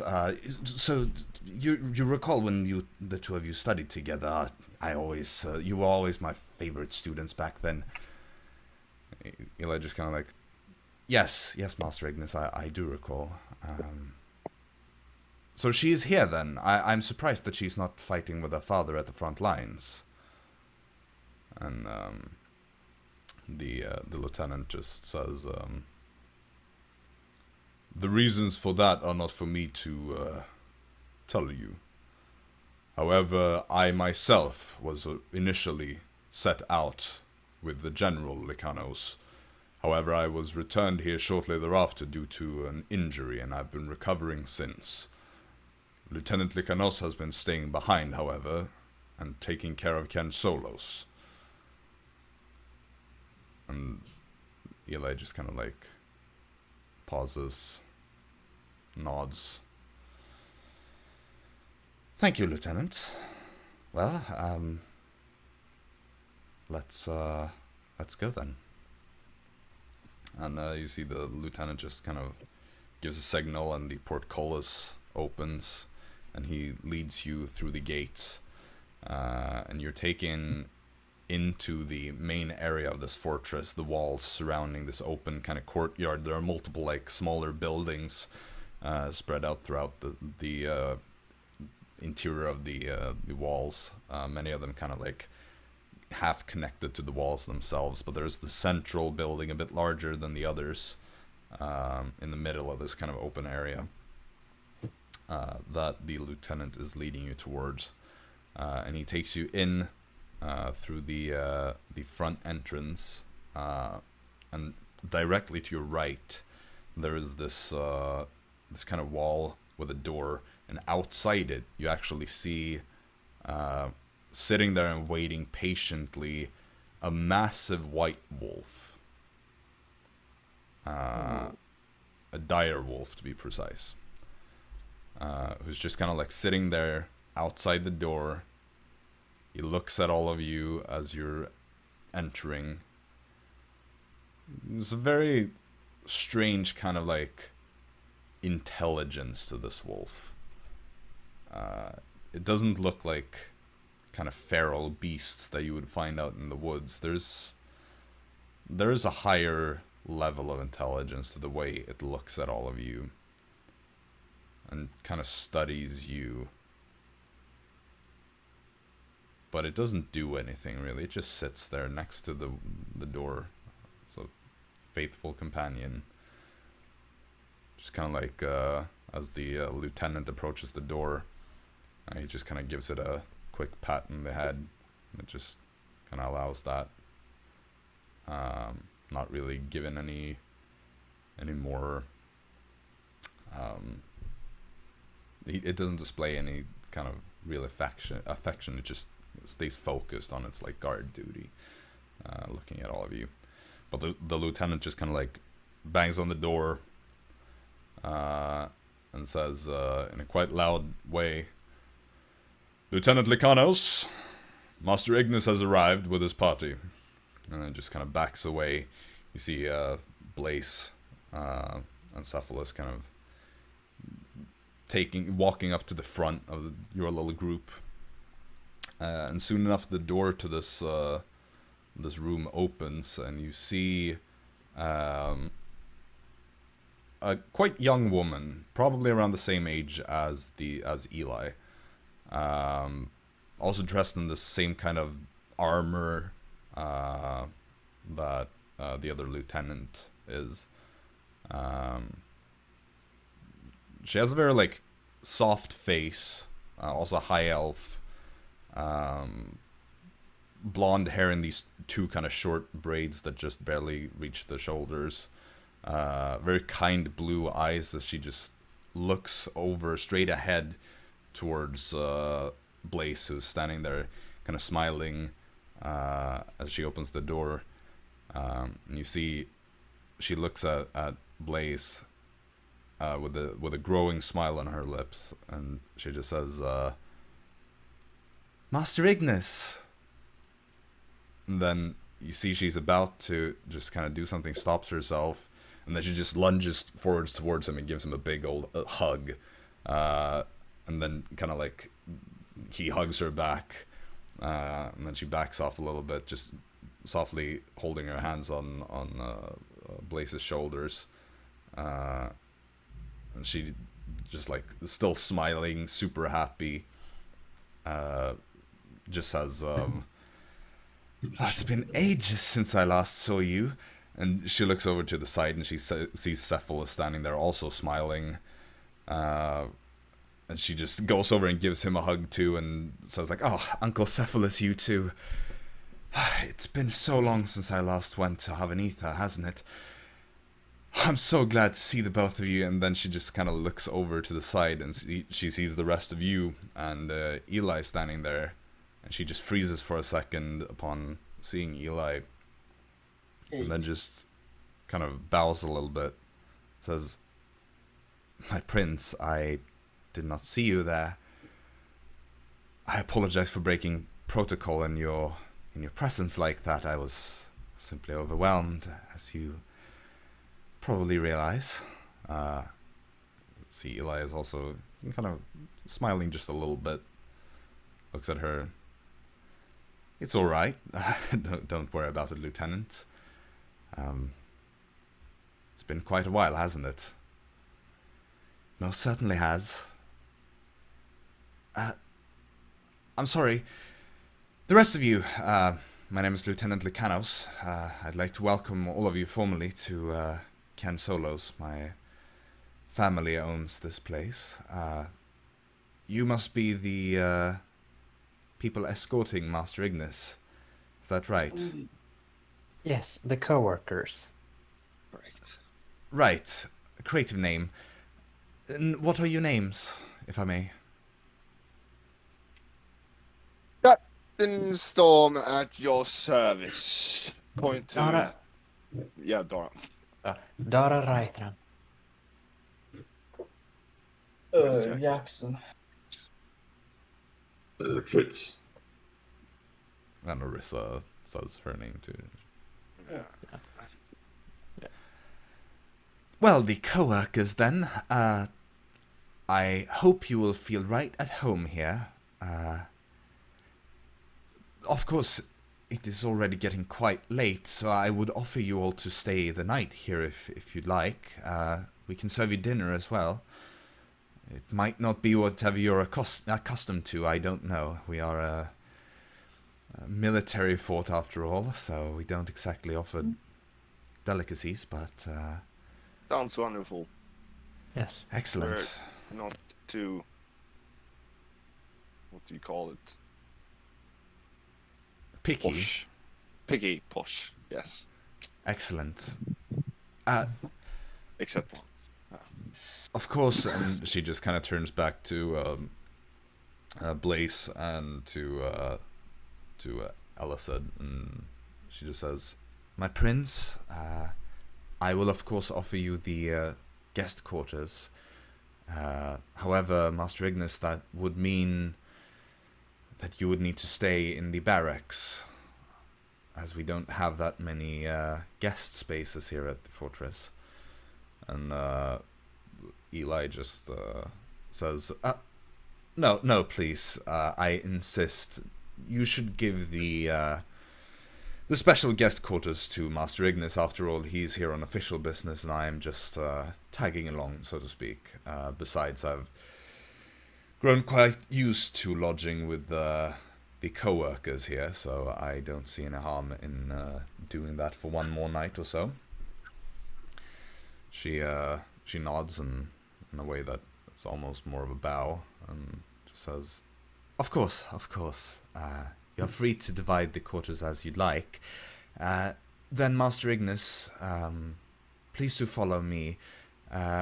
Lieutenant Abelardus, would you please show the rest of them to the barracks?" And he just gives a very brief, stiff kind of nod, as Lieutenant Lycanos kind of takes Blaze and Cephalus and walks them over to one building, and Lieutenant Abelardus just looks at all of you. "Prince, co-workers, please follow along." Takes you over to one of the kind of longer, more narrow buildings towards the edge of the fortress. "With many of us soldiers not being stationed here at the moment, we have some spare space in the barracks, so I'm certain that you should find ample room for yourselves. You will have an entire floor to yourselves, to be precise. I hope that will be to your standards." And Eli just nods. He looks to all of you, just very briefly, making sure that there are no complaints. He just takes you over there, opens the door. You see this this first floor. It's just a bunch of like beds in rows. Nothing really fancy. Just very simple, bare minimum kind of beds. Probably a total of 12 or so in this room. So there are enough for all of you. Is there anything I can help you with?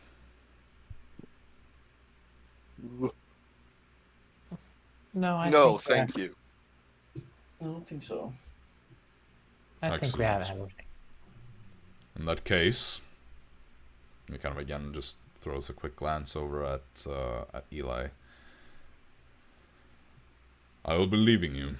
You can find me around or simply send any of my soldiers to go get me or Lieutenant Likanos if you need anything.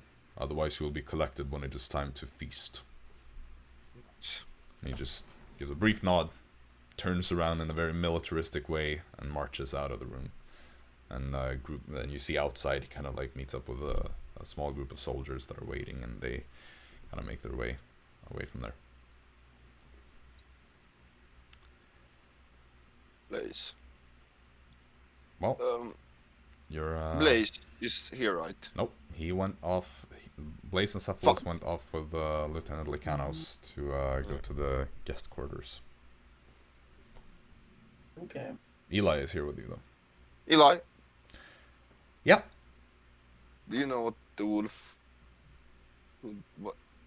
Do they have wolves as pets? Well, they have one. That would be Albus. He has been with the family for quite some time. He's named after the legendary general Albus Likanos, their ancestor. Also, Albus happens to mean white in our canon, so... Like, yeah. Interesting. And it's just there for show, or does it actually have... Do they ride that thing, or what? No. No, he is a guardian of sorts. Just, helps with the watch duty and all that, Wolves are good at that sort of thing. Ah, so he's a good boy. Gotcha. Sure. If you'd like to call him that, then I'm certain he wouldn't be offended. You should be careful what you say around him, though. He's very intelligent. He understands you perfectly. Dog. Dire wolf, to be precise, but yes, he understands. Wow. Well, I suppose he might not be that educated in Northern Common, but at least if you were to speak Southern Common in his presence, he will certainly comprehend that. Well, Arisa could always speak with him if need be, but I don't think He we can need to express speak. himself just fine. Not in speech, but he can make himself understood in most cases. Yeah, but with actual speech. Sure. Well, I don't think that is really necessary, is all I mean. Yes, neither do I. But you never know. Right. No, he's a very loyal guardian and has served the family well for a few decades. Oh. How old do those things get? Oh, I believe those direwolves can get quite old, probably close to a century. Oh. The more you know. The more you know. He's about as old as myself, at least, I believe. I think Lieutenant Likanos has had him around for her entire life. So there's that. Well, yes, a good boy, as you put it. So we're just gonna eat now, sleep, and then tomorrow the quest begins. I suppose that sounds reasonable. Shouldn't be more than a few minutes of a walk, at least less than an hour before we get to the place that Master Ignis has pointed out. Depends on how much we need to round the hill, I suppose. But maybe 20 minutes walk from here. So tomorrow morning we get started with that, and hopefully, if you work efficiently, it should be done by nightfall. If not earlier, hopefully. Sounds And I perfect. suppose it is up to us to see if we wish to stay another night here or if we wish to depart tomorrow. I suppose that depends on how swift you are at making sure we can safely reach the innermost sanctum buried beneath Cairn. What place do you prefer, this place or the last place? This or Haven Aldros? Yes. I think that this place. Just because wires in the other place, or because it's kind of trashed?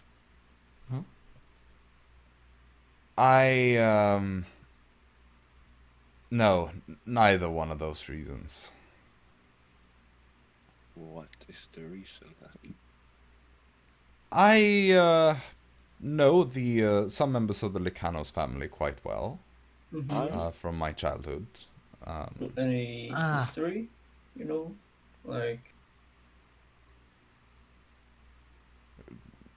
I mean, I've studied together with them. Okay.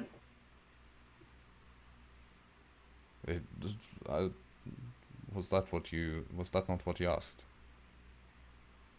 We studied together under Master Ignis, to be precise. Me and I suppose I should say Lieutenant Lycanos these days. In particular, the two of us did study quite a long time together, several years. So I suppose you could say I feel right at home around here, though I haven't visited much per se, and it's been quite a while. Yes, I simply prefer this place to Haven Aldros, and that is not to say that Haven Aldros isn't also dragged down by the fact that this wire is there, and that it is an absolute, how do I put this in a nice way, a cesspool of dirt and the worst that this nation has to offer. That's a nice description. Yes, certainly accurate at least.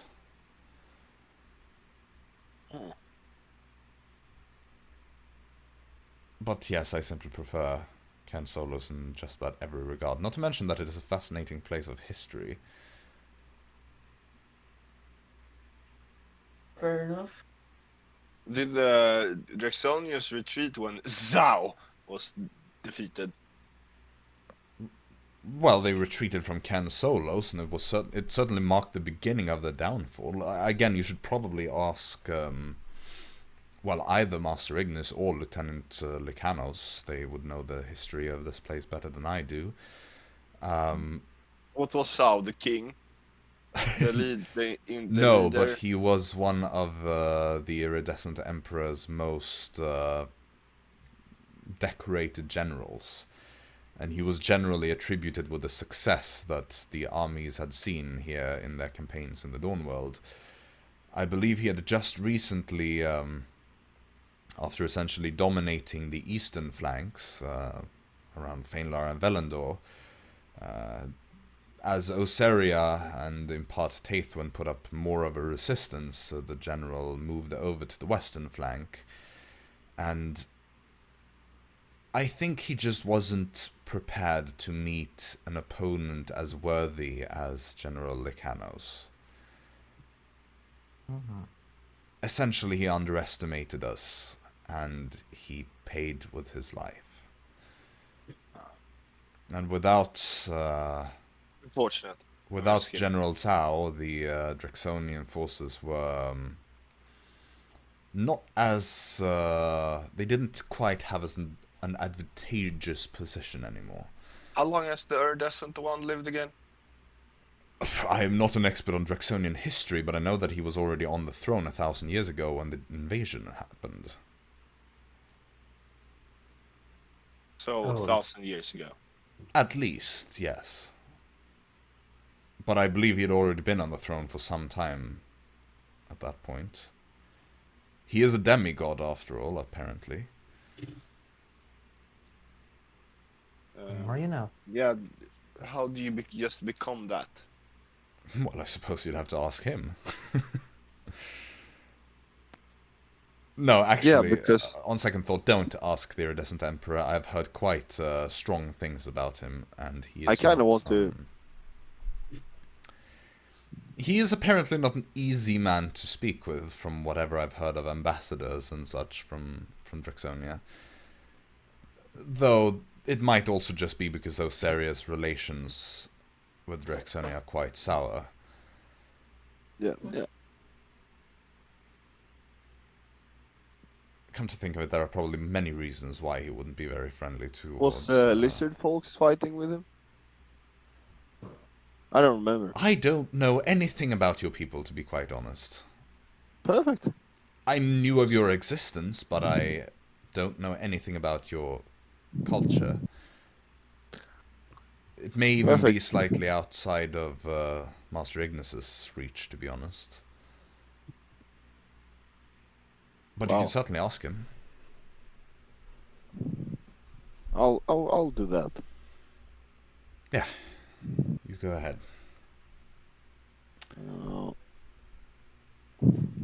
Well, I suppose we'll have to find a way to entertain ourselves until it's time for dinner. Yeah. Jaxson is just gonna read one of his books. I'm gonna try to make a sculpture out of bones. Sure, what are you trying to make? Like, what are you sculpting? Well, can you do like very detailed stuff? You can like attempt, a figure. You can attempt anything, but if it's gonna be very difficult, I'll make you roll for it. It will gonna be a difficult one. This is gonna be a figure of Eli with tornado eating his finger. Oh God! Biting his finger. That is going to be difficult indeed. Make a dexterity performance check. So you take a dexterity, and if you're proficient with performance, you add your proficiency modifier.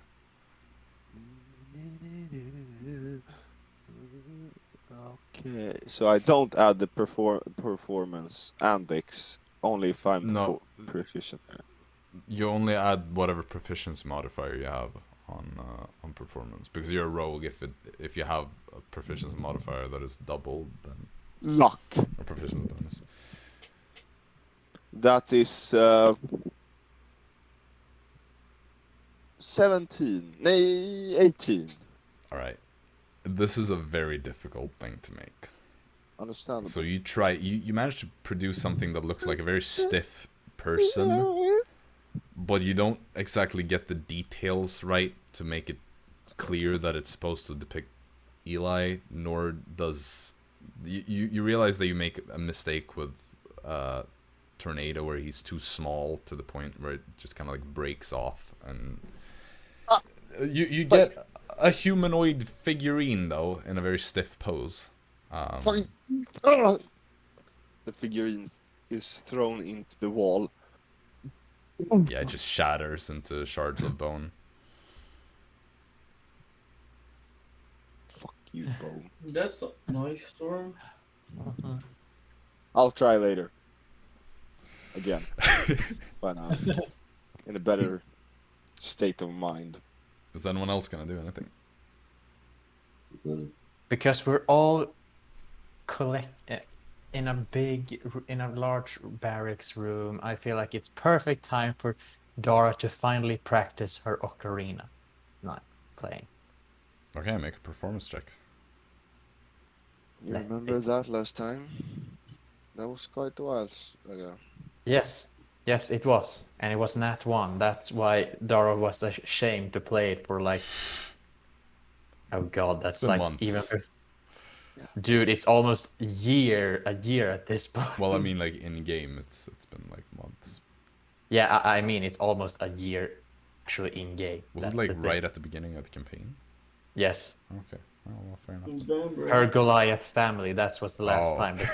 She yeah. failed. Okay. Yeah. Then She there's- failed so miserably. Yeah, She that's just. Well, make that roll.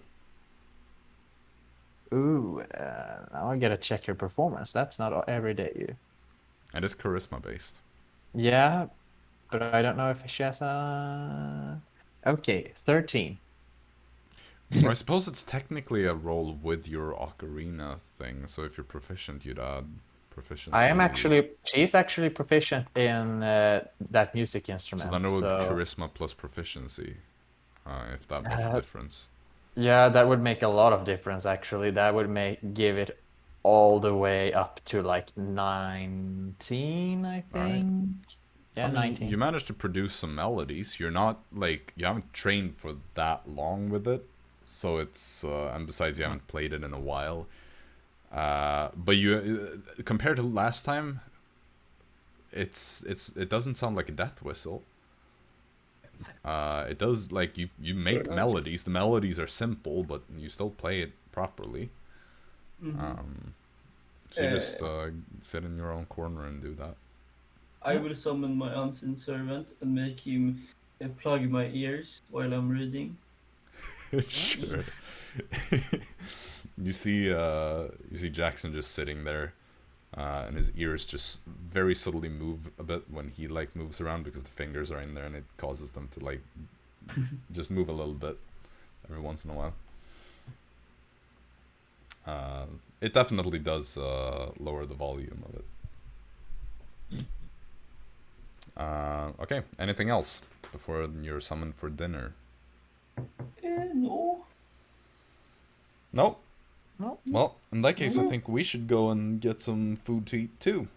Nice. Yes. So we're gonna go to a Yes. break here, and when we're back, it's time for the coworkers to feast as well. Indeed. So we'll be back in a little while. Be right back. Yep.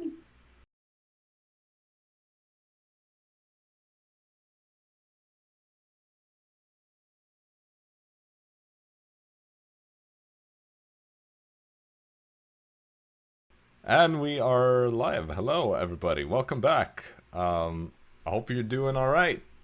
We're here with more D&D now, so get ready for more chaos. Where we last left off, the group of you were hanging out in the barracks of Cairn Solos, waiting for you to be summoned for dinner. As the day goes on, with all of you just hanging out, and eventually the soldier just appears in the doorway and just kind of salutes you all, bows quickly before Prince Elised, and then just declares, the lieutenants have summoned you all for dinner, and then claps his feet together, turns around, and leaves. His cheeks be clapping. Very well. Let's go Shall in. Jeez. Oh my god, I hope it's good food. Well, Orange. you make your way over to the main building where you would have been told before that there was gonna be the dinner, and you make your way up to the second floor. And there you see this long table that has been prepared. Lieutenant Lycanos sits by the seat right next to like the one at the end of the table, which seems to be reserved for the prince.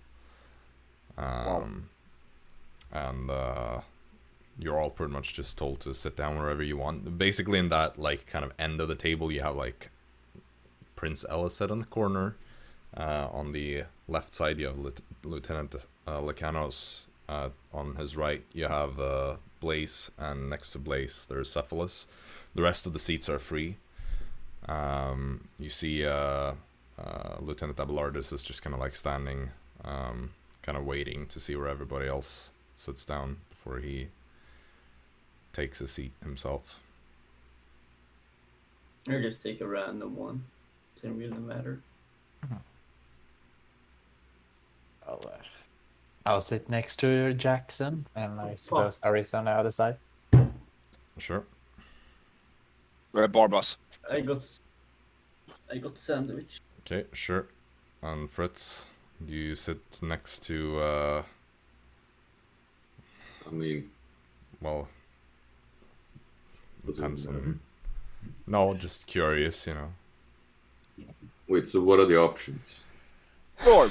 Well, Already okay, so Storm sat down next to Barnabas. Well, it would be next to Cephalus, because Barnabas is between Elised and Cephalus. So you're next to Cephalus then. Okay. Arisa, well, because then, yeah, you could either sit like between Storm and Arisa, or Arisa would sit next to Storm, and you sit in the at the end, because Arisa was gonna sit opposite I'll sit at the end. Dara. Okay, so Storm, you sit between Cephalus and Arisa. Fritz, you sit next to Arisa right by the end. Arisa and Dara is not towards each other. They're straight across. Oh. Which means... Yeah, that would mean that Jaxson is then sitting between Lieutenant Lycanos and Dara. And then Lieutenant... 20 blue. Lord, huh? Which one of the lieutenants is it? Lieutenant Lycanos. Okay. And then Lieutenant Abelardus would sit at the end next to you, Dara, and straight across from you, Fritz. You are quickly served food by some of the other, like, kind of staff, soldiers, whatever. You don't know if they double as cooks. They're probably enlisted in the army, the people that cook here. It's a bit nicer than common military food, but it's still very, like, basic kinds of foods that their primary purpose is to make you feel full. You know, you're not supposed to just enjoy tiny little appetizers and stuff. You get like one proper meal. Sustenance. Yeah, it is a very utilitarian kind of meal with some additional spices on top of it to make it taste a bit better. But you quickly notice that, like, the end of the table with Elised, Lieutenant Lycanos, Blaze, and Cephalus, those four are kind of like quickly engaging in conversation with each other, you know, being reunited for the first time in a long time, apparently. They're just like laughing loudly, talking, telling each other about what they've been up to, having a good time. The rest of you and Lieutenant Abelardus on the other end of the table are kind of left to your own devices. So you're free to have conversations as you please. Lieutenant Abelardus is just kind of like sitting there, very rigid posture, but a little bit awkward there, right at the end. So after these co-workers, what was the goal? Saving ice or saving my ice or? Weren't we going to Venderthal to collect the? Do we do that first? Yeah, because then we can. Oh yeah, right. Take the checkpoint. Right. Yeah. And So then then we'll we go. head down. Yeah, and then we can take like outcasts on the way to have more checkpoints. So we have like we can teleport around the place. We don't have to go anymore if they have outcasts there. You know that pretty much every city should have an outcast hideout unless something has happened to it, but all of the cities are meant to have one at least. We can always ask the outcast that we are in for the next one. For the next one. Like where the next one is in the city. Yeah, absolutely. So we don't have to go search. Might make it easier. Yeah. Because there's nothing we have to do faster than the other, right? No, I don't think so. Oh, Nice, nice. but then I believe that Kingston might still be in Venderthal. So I can pay him a visit on the way. Great. Oh, Someone else who you should visit in Vanderthal? Did we well, make any co-workers there? oh, I mean, we could It's always unreality. we could always pay a visit to Helga again. I mean, Vera, of course. or Vera. Vera is the one with the tokens. it's The possible other- that the we'll other also one. meet Schreiber there, but Hmm. Yeah, that's well, Schreiber is little everywhere. Well, so First, we have to go to Hafn do you Etha want to secure the meet items we Helga? find here. Yeah, of course. Let's Do you want not to meet meet Helga. Helga? Let's not meet Helga. I think it would be a nice reunion. Of course, you don't want to. Well, Clarabelle, maybe. Oh, I don't really care that much. Well, I I think can be a she might. wingman again. Last time it didn't work because you were. Yeah, you were you. Fair enough. That's fair enough. Yeah.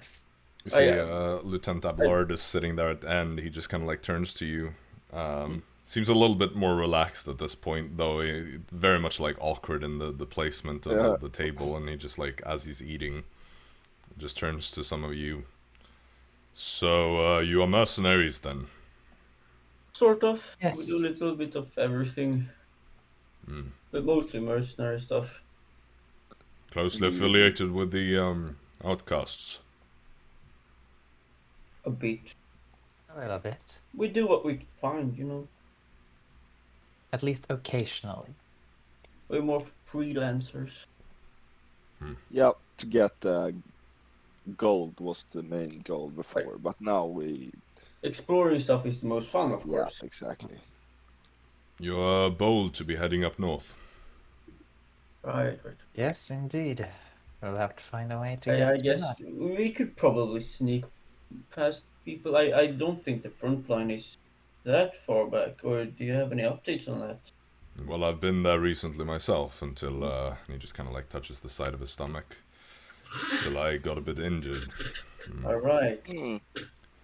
So where's the front line right now? I'm afraid I can't divulge too much information. But Fair enough. Thromera is making a ruthless push towards Venderthal, or towards Stronwick at the moment. Oh, have they already taken Venderthal? No, Stronwick is Mistvale? west. Mistvale Mistvale is is dead. holding their own with our support. Oh, All right, that's perfect. Oh, they're coming from the east. They are attacking from many flanks. All right. With Laronia's support, Osirian troops are mainly stationed with our fleets and at the western borders, but Anything about Andronia? Andronia has entered the war on our side, but they are mainly preoccupied with preventing Aloria from further joining the efforts of invading Bellerin. They are fighting their own fronts. But you would think it's manageable to get into Venderthal. Venderthal likely will take some time, even under the worst conditions, before Thromera pushes all the way to there. But I'd stay away from Stronwick for the time being.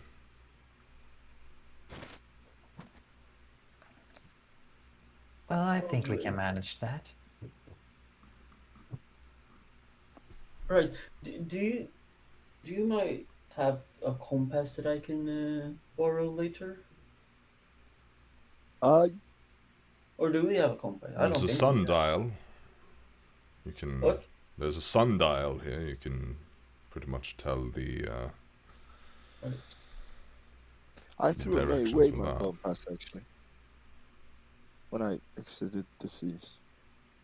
Wait, like how does like sundials work? I mean, a sundial is just like a clock based on the sun's movement, but you can technically use that You to can. figure out the directions as well. Mm-hmm.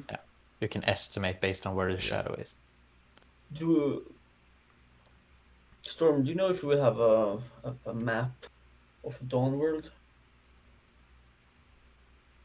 We should have that, right? You do have, but Yeah. the lieutenant will also just say, well, there are plenty of maps around here if you need to borrow one. Perfect. I need Yeah. to borrow one later. You can borrow mine if you want. That's perfect. Thank you. It's a little bit. It's not as detailed as one would want because it's. I think I Um, will try to go with the military maps then. Well, if you're in need of highly detailed maps, we have those available for every single nation and the surrounding areas of all major cities in the entire Dawnworld. That's perfect. How long is there estimate how long the war will go on for? A war of this magnitude is essentially unknown to us. We haven't seen a war of this caliber since the Draxonian invasion, likely. And when Draxonia attacks you when the war is over, does that count as the same war? It just kind of like Or- stops when you say that.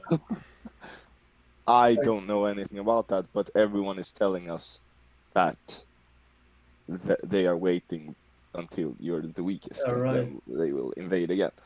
There are speculations, Yes. but I would not pay attention to any of that. Ah, Either way, I suspect several years of war at least. Right. Wars are rarely fought quickly. yeah. I'd imagine perhaps 5 years or so. But would it be the same war or a different war? A different war, I assume. I thought you traveled with a historian. I don't speak too much with the historian and remember very much stuff, okay? Well, you should know that boundaries between periods are usually not declared ahead of time, it comes afterwards. Depending on how things go, historians will determine whether it was 1 or 2 wars. Oh, It's difficult to say what age you live in, even. 1,000 years from now, they could call this age something completely different from what we call it now. do they have museums like in Wenderfall and stuff? I suppose there would be some. Oh, I'm asking you as Jade, as Simon. Wasn't there like the auction house that had a bunch of stuff? I mean, there are museums. You know that Dante di Cosmo, being a former architect, or not former technically. That was his house, wasn't it? Yeah, but he has an collected exhibition. It really depends. I mean, Laronia, for instance, is famous for their art galleries because they're a very artsy place. So there are art museums all over the place in Laronia. But to some extent, museums would be private mainly. There wouldn't be like necessarily a bunch of these public common things that everybody just visits. Besides artifacts and the likes, they're kind of like spread out. Temples have their own things. The castles would have collections.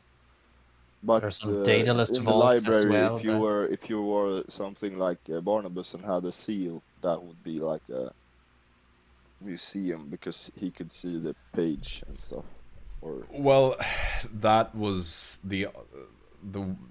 that wing of the Alder King's library was just a bit of a special thing. It is like that was just the place where they keep the most important texts, pretty much, like things that not everybody should have access to.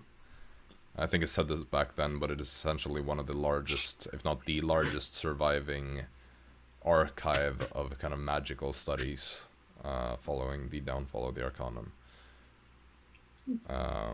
So it is quite like esoteric knowledge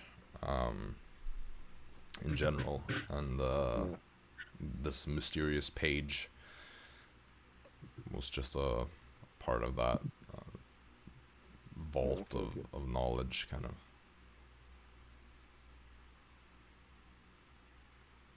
Do we have a museum here, or everything is just kept? I don't know. Are you asking the lieutenant now, or Yes. Arburdus. Abelardus? Abelardus. A museum here at Cairn Solos. Wouldn't it be quite interesting to see like the head of Sao or something, or stuff that's happened in the history, you know? I'm quite certain his corpse was collected by the Jaxonians. Oh, understandable. Museum at a fortress.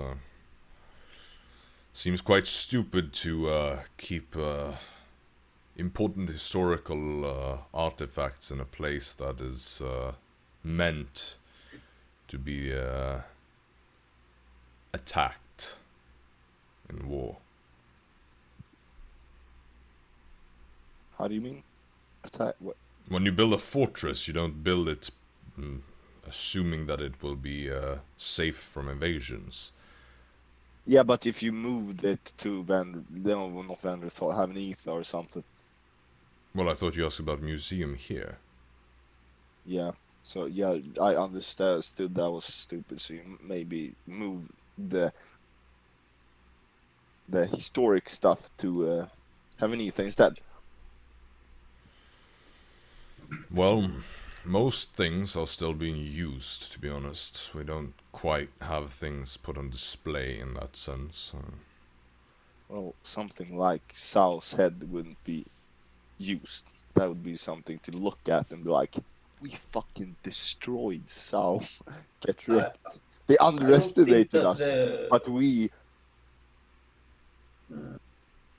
But Jaxonia retrieved the body. Exactly, but there's probably gotta be more stuff like that that's historical. Like, yeah. Well, there is the Garden of the Alder Royals in Havenetha, I suppose. It's not exactly what you're talking about, but it is We were display there, right? of the history. Yeah, you were there. That was where you met with the informant Herod. We were there. Well, that was quite nice place. Right. Well, Very then you'd unique know. experience. What? Very unique experience. Indeed. It is essentially a burial place. Well, in Haven Aldros you could find the tomb of General Albus Lycanos, for instance. So that's open to the public to see. More or less, yes. Nice. You notice throughout this, by the way, that Lieutenant Abelardus kind of like keeps glancing over towards the other end of the table. Every time like there is a special like loud laughter or someone saying something extra loud, he kind of like looks over at especially Lieutenant Lycanos and the Prince. Can I like try to see if I can get any like feelings from his like Sure. do an insight, Make an insight check. like his reactions and stuff. Yeah, that's fine. That is 15. 15. All right. You kind of start noticing this behavior, and you kind of take that.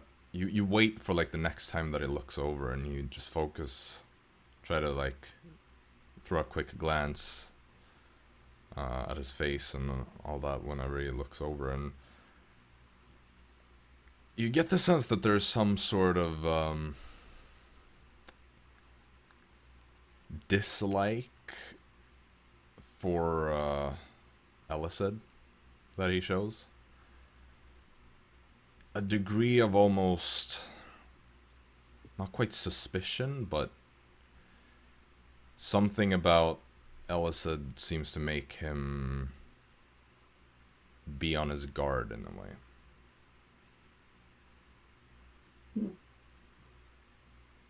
Interesting. But it's difficult to tell exactly what it is. Just He like said there's yellows. Woohoo. there's definitely like a look of, I gotta keep my eyes on this guy coming from him. Like, Yeah, it's a really booze. Huh? That's but yeah, the he Swedish word of the day. just kind of like looks over every once in a while. Just like throws a quick glance, just like leans in a little bit to get a better angle. But he like maintains the conversation without really interrupting anything with all of you. He just like continues to eat.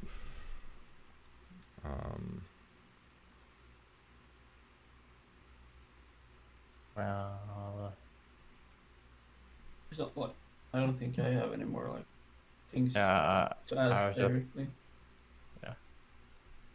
Oh, yeah. Well, do you know about the details about our mission tomorrow, or whenever it's going to be? Well, I wouldn't say that I know the details. I have been told by the messengers that we were to expect the arrival of the venerable Master Ignis, as he believes to have uncovered some long-forgotten secret here at Cairn Solos in a buried part underneath it that supposedly could be an important factor in winning the war. But I cannot say I know more than that. We've been informed that there are caves nearby that we should keep an eye on that could potentially contain the what it is that Master Ignis is looking for, and we have located where we believe this entrance he searches for should be. As I'm certain, excuse me? How far from here? Not far at all, you can see it from the north side of the walls. Perfect. Perfect. It's a smaller ravine, at the bottom of which there are a couple of caves. Though I will say, and I assume that Lieutenant Likanos would be telling you this tomorrow before you depart, but there have been sightings of direwolf packs in the area over the past year or so. And so, you might want to be careful. We don't know if some of them have made the caves their home. Let's tame them. Speaking about dangerous creatures, Have you seen you- statues? yeah, right. Are you familiar with medusas?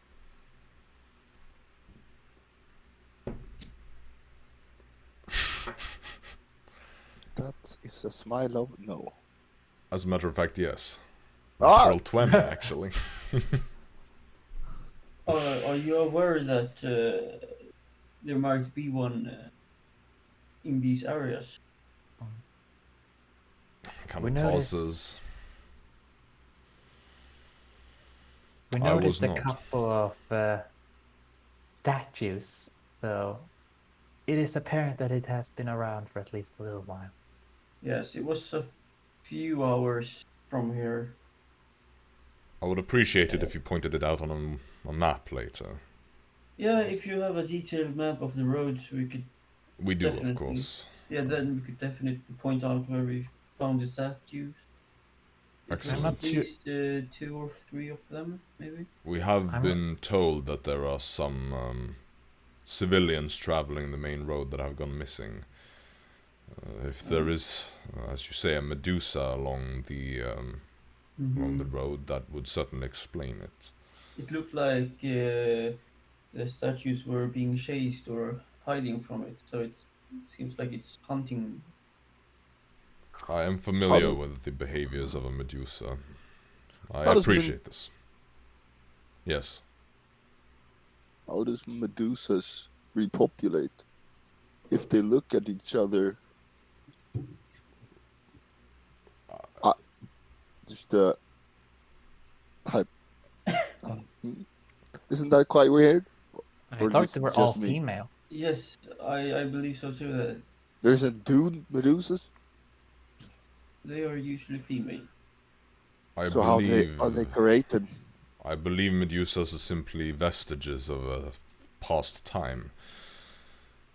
Ancient vest- beings that still live in isolation across the Dawn world. So one of those heads would be worth quite the money. I mean, Possibly.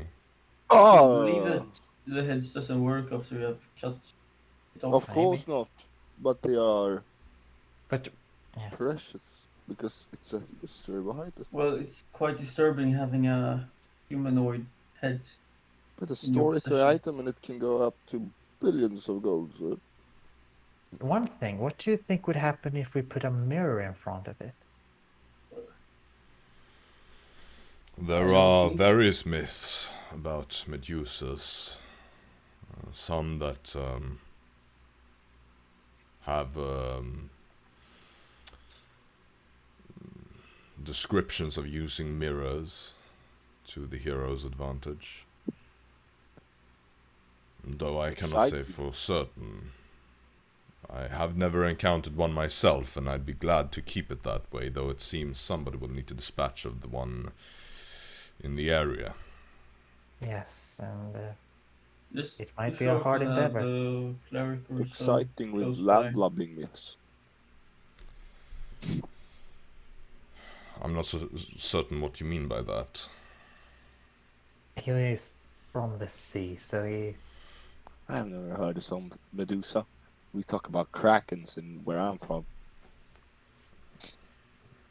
Krakens. Oh, and mermaids. I'm afraid I've never heard of one of these krakens. A mermaid you have probably heard of.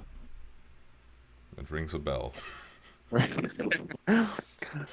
are only krakens and mermaids down A in the sea dragon. Sea dragon. I heard about something, another myth, seahorses of some kind. Seahorse? I think they are a myth. Maybe I haven't seen any. strange thing. Quite the myths. Yes, the sea's a strange place. Indeed. Indeed, one could definitely say that.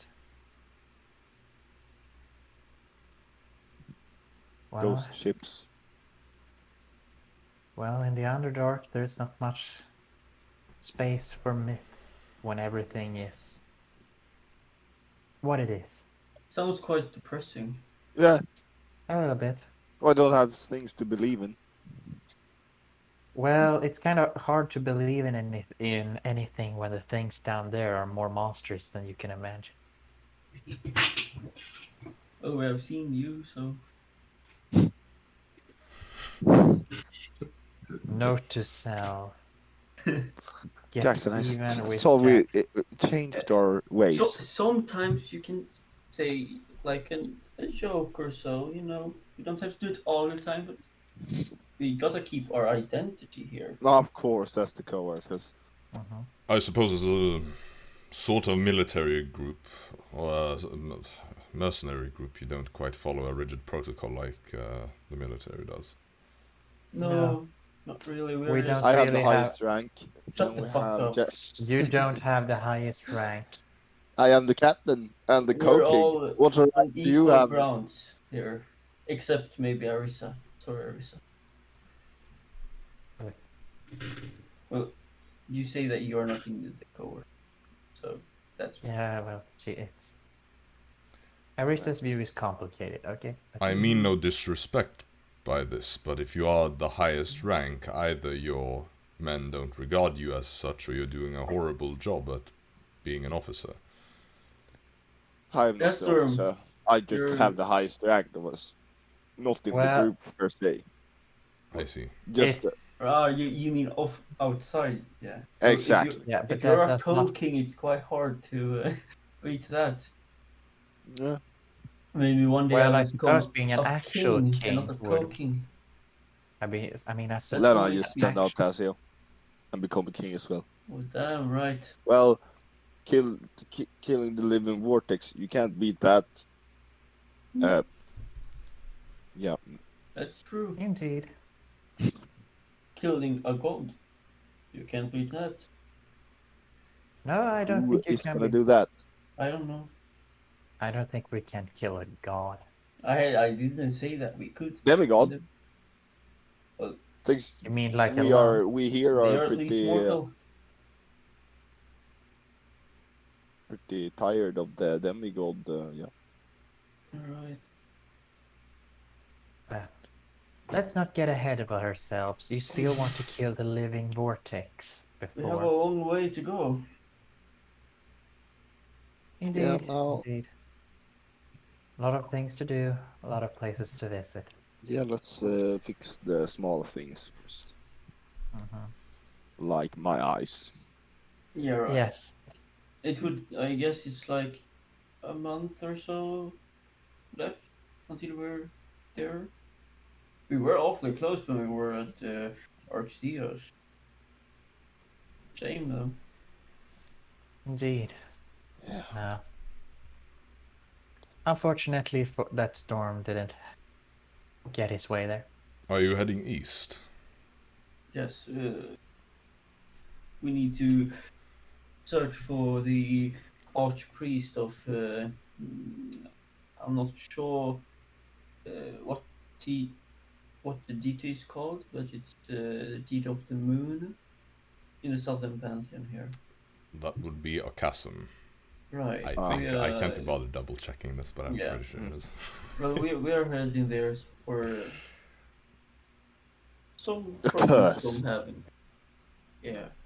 I should say that the border between Oseria and Taithwin is quite strictly controlled. We are probably going from Bellerin downwards, so we are going through that dwarven kingdom. That should make things easier. I believe the simplest way would likely be to cross through Terrarendur and then continue on from there. I don't believe you should have major difficulties getting from Taithwin to the other older kingdoms. They appear to be quite closely allied in this conflict. Wonderful. Indeed. For you, perhaps. Yes, of course.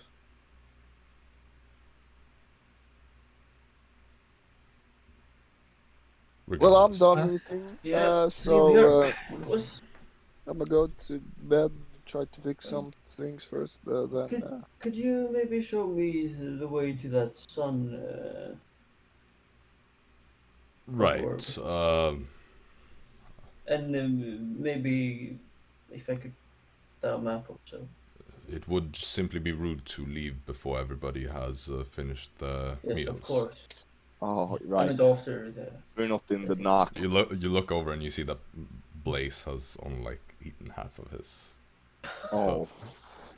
Everyone else is Yes. done, but he's like only halfway you through. got mage. You got a mage hand or something? I whisper into Dara. Yeah. I telepathically tell him I could minor illusion away the food. Yeah, but he's not even looking at the food while he's eating I will. because he's talking to the others. I'm just gonna really quickly check on one of my spells. And oh no, I know what's gonna happen if I do that one. I just realized even if I just try to push it away, he's just gonna get another bow or something. So. Yeah, I'm just Well, gonna let. We wait it out. Yeah, Yep. we're just having small talk, you know. Yep. Yeah. Eventually, as you're kind of just sitting there talking, you you see Lieutenant Lecanos kind of just like stands up. She turns to you and she just says, "I'm terribly sorry that these old acquaintances have been keeping me busy for so long that I didn't have time to get to know all of you.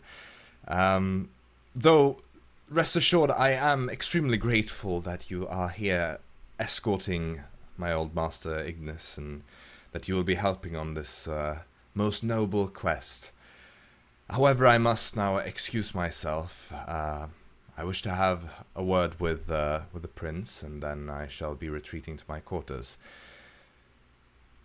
I assume that I will be seeing all of you tomorrow before you depart for the plane, seeking out the location of your quest." Most likely, I suppose. Yes. Excellent. Well, until then, she just kind of like gives you all a short bow. See, Eli gets up, and the two of them leave together. I think there might be a little romance between Eli and her. Do I get a reaction from Harbert. the other lieutenant? Oh, you say that. I like said a bit quietly, but so he can also can hear. I'll make an insight check. 17. Very sneaky. You see, he's kind of sitting there, his hands just gently like resting on the table. Not the elbows kept off and all as is proper. But you see, as you say that, his fists kind of clench a little.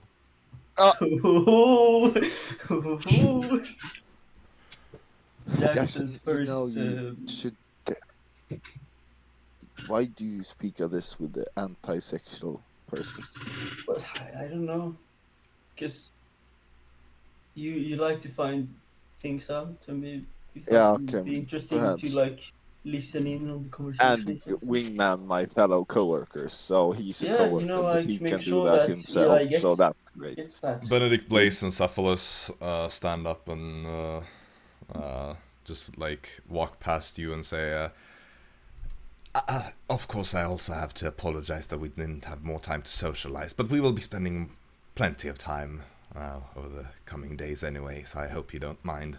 Of course. Good night, all of you." Have a good sleep.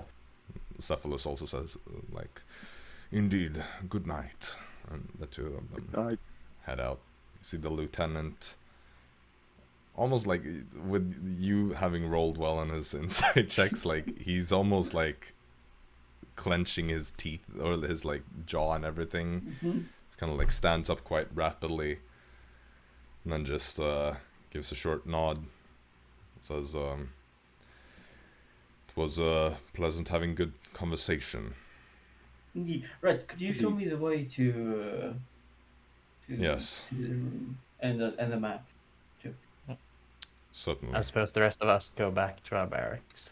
Yes. Yep. Sure. Mm. So, yeah, he takes you out. He takes you downstairs, and walks into the office that you originally saw Lieutenant Lecanos come out of. He just like grabs a map. First, he just takes a local map and asks you to point out the whole Medusa thing, and you do that. Then he rolls that up. He brings you a bigger map of the whole Dawn world. It's more detailed than most like commercial maps you've seen out there. And then he just... Is there any possibility that we can get a copy of this? If you have a way to copy it. Alright. I'm afraid we don't have spares. Okay. Well, that's fine. And then he just takes you out to the sundial. Yep, nice.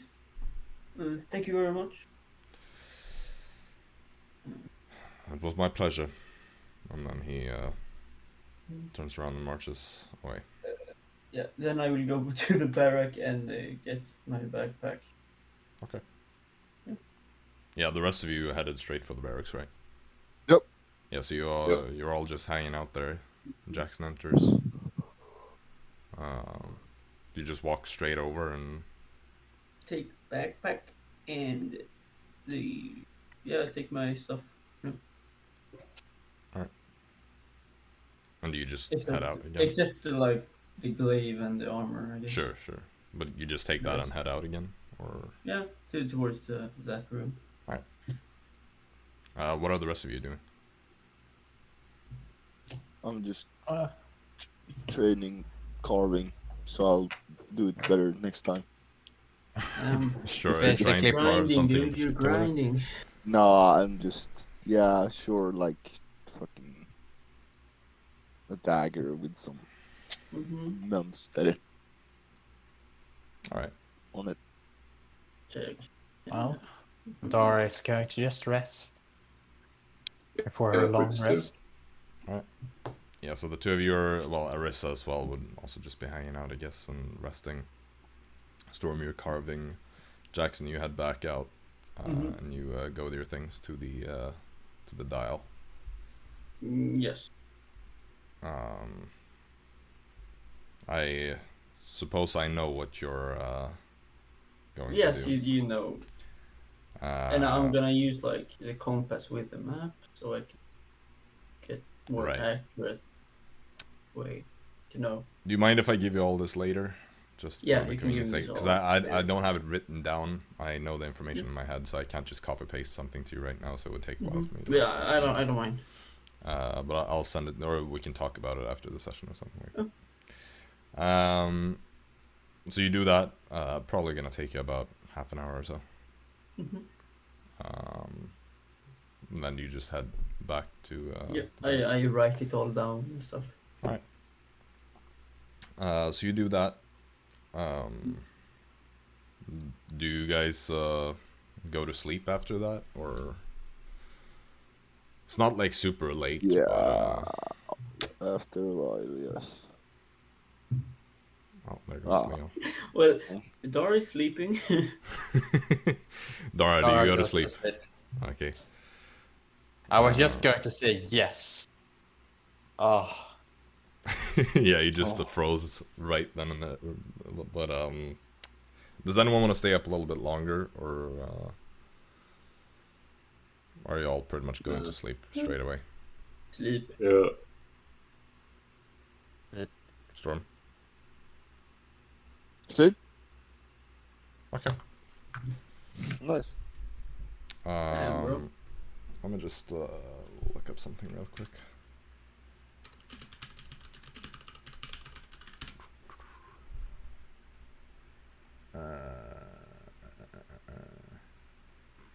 Just one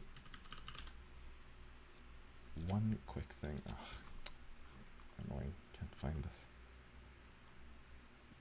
having a nightmare. Oh no. No. Everyone leave except Dara. Oh. Okay. Never mind. Yeah, so you all pretty much. I guess as soon as Jaxson comes back, you all just go to sleep then. All right. Yeah, you do that. You have a good night's sleep. Nice. Uninterrupted. Dara, you're the first one to wake up as usual. You notice that as you wake up, Eli is back as well. He's still sleeping though. Do you want to do anything in particular, or? Well, I could look through all his personal belongings to see any to try to figure out what he did last night, but I feel like we've finally reached the point where we don't do that. So I send in Florp to do that instead. Nah, I'm just kidding. She's just gonna wait for everyone else to wake up. Yeah. All right. So Fritz, you're next. Not sure if you want to do anything. No. Or if you just, maybe you don't even wake up early. You seem to like taking some longer mornings. If I have the opportunity, yeah. You always have the opportunity. It's just that it can be convenient sometimes to get up Well, after only 6 hours. Yeah. All right. Well, in that case, you all wake up eventually. Eli would wake up not too long after you, Dara. So you would be waking up before Fritz. Only like 15 minutes after you, Dara. But then eventually everybody's up. Been awake for a little bit when... or do you want to talk about anything first? Because otherwise, you know... I'm good. Soon there's this the soldier that again just appears in the doorway, and pretty much just says, Master Ignis is summoning you. Well, shall we? Indeed. Yes. We should. Storm just lies there, not moving. Wake up. Apparently. 2 Wake more up. minutes. I grab tornado. I start making weird prestidigitations around him, like small explosions and fiery stuff that sound a little bit like... We're back at the fair. Yeah. Oh right, the fair. That was a while ago. Gloom fair. Jaxson, take out tornado. No, I don't want to touch tornado. I don't think he wants me to touch him as well. Okay, now I'm ready. Perfect. Everlasting Carnival Yep. of the Evergloom. Very nice place. Indeed. Surprised you all even remember that, to be honest. When we have I'm the more Goblin- surprised that Simon actually remembered the name of that. Kind of. Remember. Gloom. Yeah. I remembered Gloom. The Evergloom is the pocket plane that they're in. Yeah. Kind of pocket plane. Well, you all get up then, I suppose, and you Yep. Indeed. you head on out. You see Lieutenant Lycanos, Blaze, and Cephalus all waiting outside in the main courtyard, kind of over near where the gates are. And when Blaze sees you all, he just says like, "I'm glad that you're all awake. I was a bit unsure about the sleeping schedule of, Co-workers. well, of non-elves, to be precise. Me and Cephalus have been up and about for about 4 hours already, so... Oh. Yes. You're right. But Cephalus was kind enough to tell me when you are likely to wake up. Cephalus just kind of like nods, concurring with the statement. Anyway, are you all ready to head out? Yes, we We are. should probably get going with Already. this little quest of ours. And Lieutenant Lycanos kind of looks over to all of you. Well, again, thank you so much for helping my old master with all this.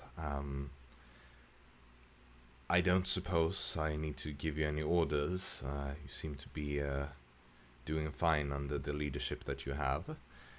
And I believe that my fellow lieutenant has already warned you about the dire wolves in the area. Yes, he has. Yeah. You see, actually, Albus, the big direwolf pet, so to speak, is also sitting there next to Lieutenant Lycanos. And she just kind of like puts her hand on his head. He's like almost as tall as her when he's sitting there. Staring contest with it. I do. If we meet eye contact. Okay, he just looks at you for a second or two and then looks away. Ah. He does not seem Boring. interested in your games. Boring dog. I feel like the dog is smart. It's the smarter one between him and Storm, so it's like, no, Damn. I'm not Can playing. talk. Shots fired. It's not a dog though; it is a wolf. There is a difference. Well, I'm gonna Well, refer to I it as a put him dog. down with saying he's a dog. You put him down. The match. Yep. Put him down usually Okay, refers Storm to killing. Storm walks over with his crossbow and just pushes it against the dog. Oh, bro, that's The dog that he's going to put down. Yeah. No, the massive white dire wolf just sits there and stares at all of you, but doesn't linger with his eyes locked on any one of you in particular. But Lieutenant Lacanus just continues and says, either way, I simply haven't had the heart to have somebody hunt them down anyway. They keep mostly away, and I've got a bit of a soft spot for wolves, as you may be able to tell. understandable. Well, yes, Especially indeed. because of our family legacy and all that. Anyway, I wish you all the best of luck. I have heard from Master Ignis that you are expected to meet some sort of resistance from whatever defenses that were there even 1,000 years ago. So That would be hopefully no you problem. will be. Hopefully you'll take it all with stride and just breeze through there. Of Definitely. course. I look forward to hearing the course. story once you're back. Right. You see she has this like military posture that is not. She has the typical military posture, but in some way it doesn't quite give off the same kind of cold vibes as someone like Lieutenant Abelardus, for instance. Like there's. Okay, can I like sense a vibe, like a tension between Eli and Lieutenant? Make an insight check. Jackson's obsessed with this. Yeah, Yeah, I it's need to know. oh. 16. 16? Yeah. No, I mean, she seems to mainly just be focused on talking to you guys. I mean, she doesn't quite seem to be giving off any particular vibes toward the prince. Okay, no tensions or anything. Well then, good folks. Best of luck to you then. Thank you. Thank Much you very obliged. much. Shall She we? just also like claps her boots together and then marches off, escorted by a couple of soldiers that join her shortly thereafter. And the massive dire wolf, not wired wolf. Wire. No, Oh my wire massive wolf. dire wolf. Just after she starts walking, he still kind of sits there for a second before he also like slowly gets up, just throwing one quick glance over at the party of all of you, and then starts sauntering after his master. So you're left with just Blazecephalus and well, Prince Elised, of course. Shall we get going then? I have been, well, Cephalus has been informed of the directions. I'm not very good with those things, so... Long-awaited mission, let's start. Yes, of course.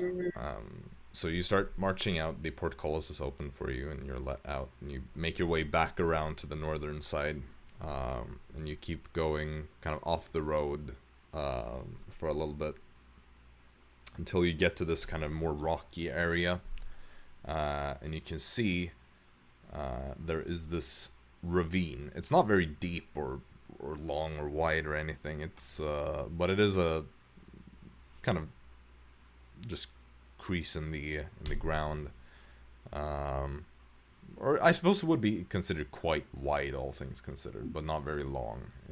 It's only like, say, what would that be? Maybe 70 or 80 feet long, but maybe like 20 feet wide. And you can see from the top there's this kind of cave that goes more like northeast-ish in this ravine. And you see these, actually Blaze just kind of stops and he says, like, Strange. On the blueprints I've been looking at, there should be some stairs here, but I suppose they've been eroded with time. You see this part where it's kind of just like a not quite as steep of a slope that seems to be possible to climb down without great difficulties. And it seems like there's some very faint remnants of what could have once been stairs carved into the side of this ravine. Got some good climbers, or do we need to use spells? Well, I would certainly appreciate some form of assistance, whether magical or not. Well, Cephalus, technically we could just all jump in, and I could cast Featherfall on all of us. Perfect. Or before I do anything stupid, Yeah. I'm just gonna check how many people Featherfall can take. I think it's like 10 people or something. I think it might be 8, so I just wanna. But that would be fine, right? There would be exactly 8 of you, I believe. Yep. Because there are the up 5. to 5 falling creatures I can take. Then that's a bit more difficult. Yeah, I gotta. Okay, who wants to jump? Who wants to climb? Eli Wow. just says, I don't think I'm that good of a climber. I could, of course, fly down, but... I'll climb. See you down there. I start Well- climbing. All right, let the climbers go down there first, I and can then. climb as well, I guess. Do not follow me, thank you. Mm. While I'm starting. Can't promise anything. I assume Arisa would at least try to climb. It feels like it would be in her element. Probably. Mhm. Fritz, what about you? Are you climbing or... I There's feel a like plate. Fritz is a great climber. He's athletic, so he... will Yeah. probably do... Who aren't they 5 now? I mean, I suppose I could give it a shot. Because it's either you climb or it would be... Oh, wait. I We're guess fine. technically... We're exactly 4 people if Dara is with the others that are falling, so we could have another Yeah. one fall. Yeah, I guess Fritz could go for the fall if Arisa makes it down properly. I can roll for Arisa then. Storm and Jaxson just make athletics or acrobatics checks. I'll check Yeah, on that's all right. Arisa's stats because Yeah, I what is have them. what is her athletics? It's a minimum plus one. +1 Okay. in athletics. Yeah, so 13. She's fine. It's not that Alright. difficult of a climb. 15. 15, you're fine. Storm. 32. Okay. Yeah, Do I need to well, say anything? Yeah. 13 is fine. Don't need to talk about a 32 or whatever you said. Like, Jesus Christ. Yeah, the 3 of you climb down. Arisa is kind of like taking it a bit slower. Some rocks are kind of like falling down as she's making her way down, but it's fine. Like, she gets to the bottom. And well, the rest of us jump down. Dara casts Featherfall. Yep. Slowly descend upon the ground. And now I'm gonna find out how many charges that takes. In my step. Yeah, should be 1 because it's a Yeah. first level spell, so it's. I rarely use Featherfall on this Yeah. thing. So. No, that's understandable. Well, you all make it down safely anyway. It's a bit weird for those of you that have to just jump and rely on Dara to save them, but it's yeah. you know, they don't really have much of a choice, especially when Dara jumps herself. It's like, yeah, well, if she doesn't do this, she'll die too. So, but you all make it to the bottom. Blaze kind of like looks around and he thinks, "Huh, it's quite strange. I see the cave over in that end of the ravine, but I believe the opening should be somewhere around the other side." Huh. Did we jump down the wrong ravine? No, this should definitely be it. The scouts here have pointed out that this is the only one that matches the descriptions. It is just this is another cave. I don't know if they've perhaps hidden the real entrance. Maybe with some magic. Well, Detect some magic. I'll try to see if I can sense something. I'll detect magic in All front right, of you me. cast detect magic ritual, I think, right? Well, it's at Or- will, so well, okay, yeah, sure. it's the You feat. cast detect magic. Well, I thought it was a ritual-based thing that you could Yeah, just do one it would anyway, assume that, but it's at okay, will. whatever. Yeah. No, nothing really. I don't sense any magic. So something But, mechanical then, likely. Well, let's take a look around. Yeah, let's do that. Searching. Dara is gonna do an investigation check to see if she can find some form of All right. contraption or something. I would probably do. So 2 investigation, Storm.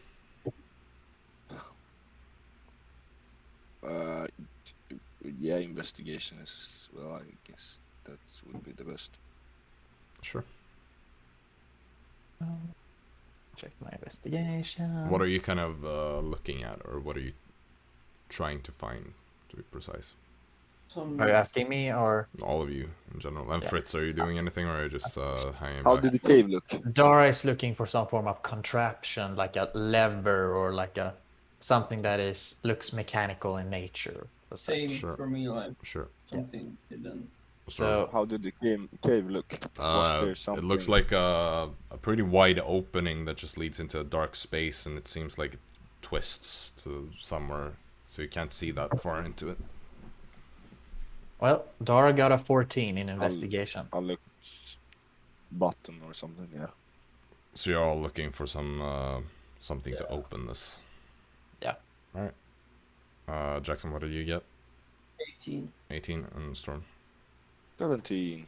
I have 17. rolled good on many rolls today, but the one I needed to roll good on, I failed at. Well, all right. So you, the 3 of you, unless of course Fritz, if you want to do something as well, or No. if you're okay. Well, in that case, the 3 of you just kind of start looking around. Are you looking on the, like, walls of the ravine, or are you looking on like the floor, on the ground? It should probably. Dara is looking on the walls. I'm doing like somewhere in between, like Floor. the lower. I guess then. So you managed to cover like all the different parts of it. In Yeah. that case, Storm. Whee! You start looking around. There are these like rocks and all, and you kind of start looking under rocks, just moving things around, pushing little pebbles that don't seem to move. You don't find anything at first, but then there's this bigger rock that you think like, oh, well, maybe I could try to push this. And you start pushing it, but you realize that it doesn't move necessarily, like sliding along the ground, but it does seem to be able to lift. It's like extremely light. Oh. And so you just lift this up, and it seems to be on some sort of hinges. So you can just flip it open, and you see that the rock itself has been hollowed out somehow to make it lighter. And underneath, you see that there are like 3 plates, or like 1 plate and a smaller plate inside it, and then a third, even smaller plate inside that one, that all seem to be able to rotate. Each plate has 3 symbols on it. And I will go over what those symbols are in just a second. Jaxson, Yes. as you're searching around, like Dara is kind of looking higher up, you look more like at the bottom of the walls and that kind of area, and you find part of it, there's this kind of like faint line, and you start tracing that up, and you see that it is essentially the size of a doorway. It seems to be that this is where it opens. I tell the others, I guess. Yeah, you pretty much say that. You see Storm is kind of like, has just lifted this rock and is looking at something. Okay, so as for the plates, on the outermost field, there is a talon, there is a claw, and there's a hoof. on the second plate, there is a beak, there's a fang, and there's a stinger. And on the innermost one, you see what looks like 3 different types of eyes. So there's one that has a kind of very narrow reptilian vertical slit in the middle.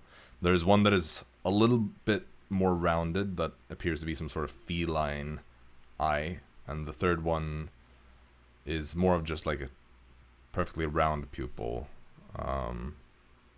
that could belong to many different creatures. And you see at the top of all this, there's this little just line above it all that is kind of in the floor outside the plates that move. And that is what you see on that thing.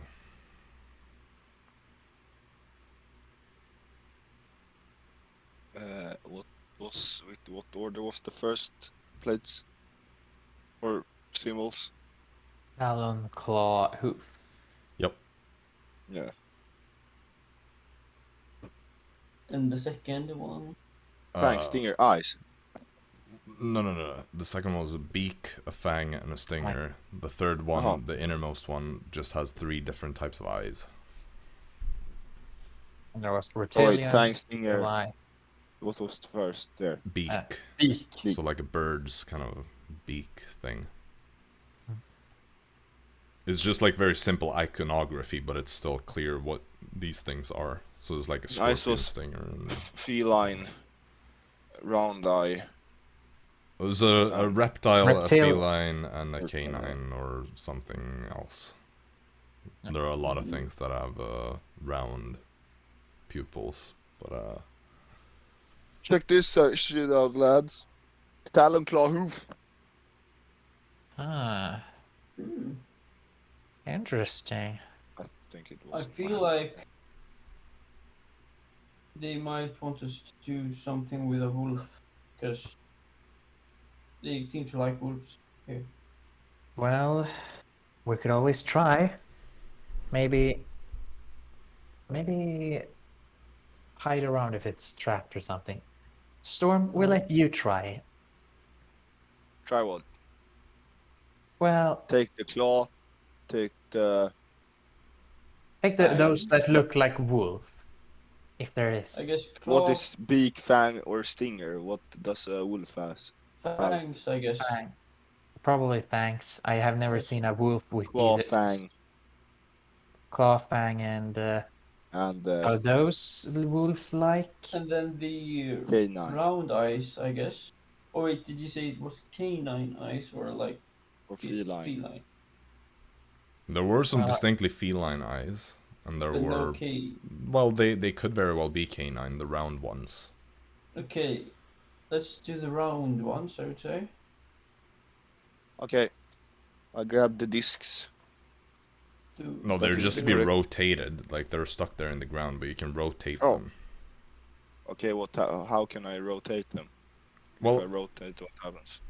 you rotate them, and that's all that happens. You just start spinning one of them. It spins. Okay, spin the ones we said. Was there anything else Like like there, besides rotate and things? On Wasn't the there a well, line? yeah, there's a little marker above the outermost disc, or the That's outermost pointing. circle. It's just like a subtle line. wait, Okay. are they like I what take position? the Are they Claw? like boom, boom, Clear boom? Okay, the let line. me just make a quick illustration for you guys. Yeah. 'cause Yeah, it this, might be. That's probably helpful. nobody Puzzles quite usually seems require. to. Yeah, it's Okay, so you know, like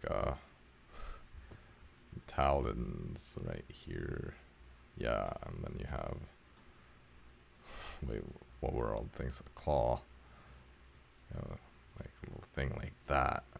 So, yeah, awesome, such good Yeah. illustrations, and hoof. So that one would be something a little bit like this.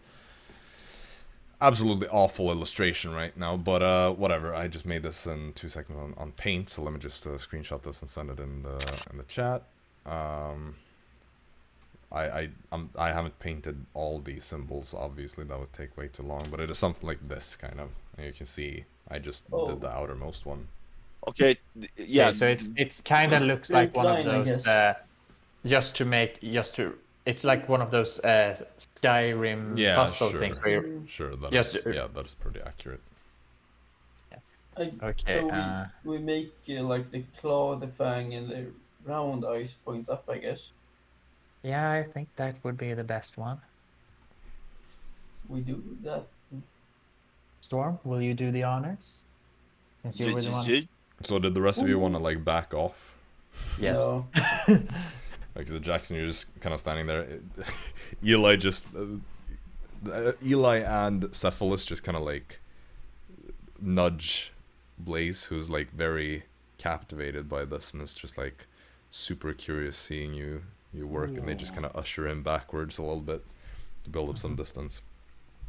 But you, so which ones do you pick? Did you say? Claw, fang, K9. Okay. Yeah, right. Sure. No, yeah, okay, no. So you align all those with the line at the top. What do you do then? Is there like any button you can push? Like, is there any pushing mechanic? That line, maybe. Like, if you press on something, like this, anything, like, can you press on anything? Try closing the stone or something. Storm? Closing the stone. What? Like putting it back, maybe. Put what back? What? You It lifted doesn't up seem a to be any stone. button on the Oh, the stone. Yeah. Pop. Alright, you close that. Yeah. Yep. It's now closed. Open it again. Okay. Okay, It's let's still the same. try the next one. Wait, is there Talon any, like, beak. button we can push on it? Like, is just Correct. anything? Okay. No. We try claw, You don't fang. see any button, no. Like, but if we try to push on it, You wanna try pushing on the plates? yeah. Okay, oh shit. This is gonna.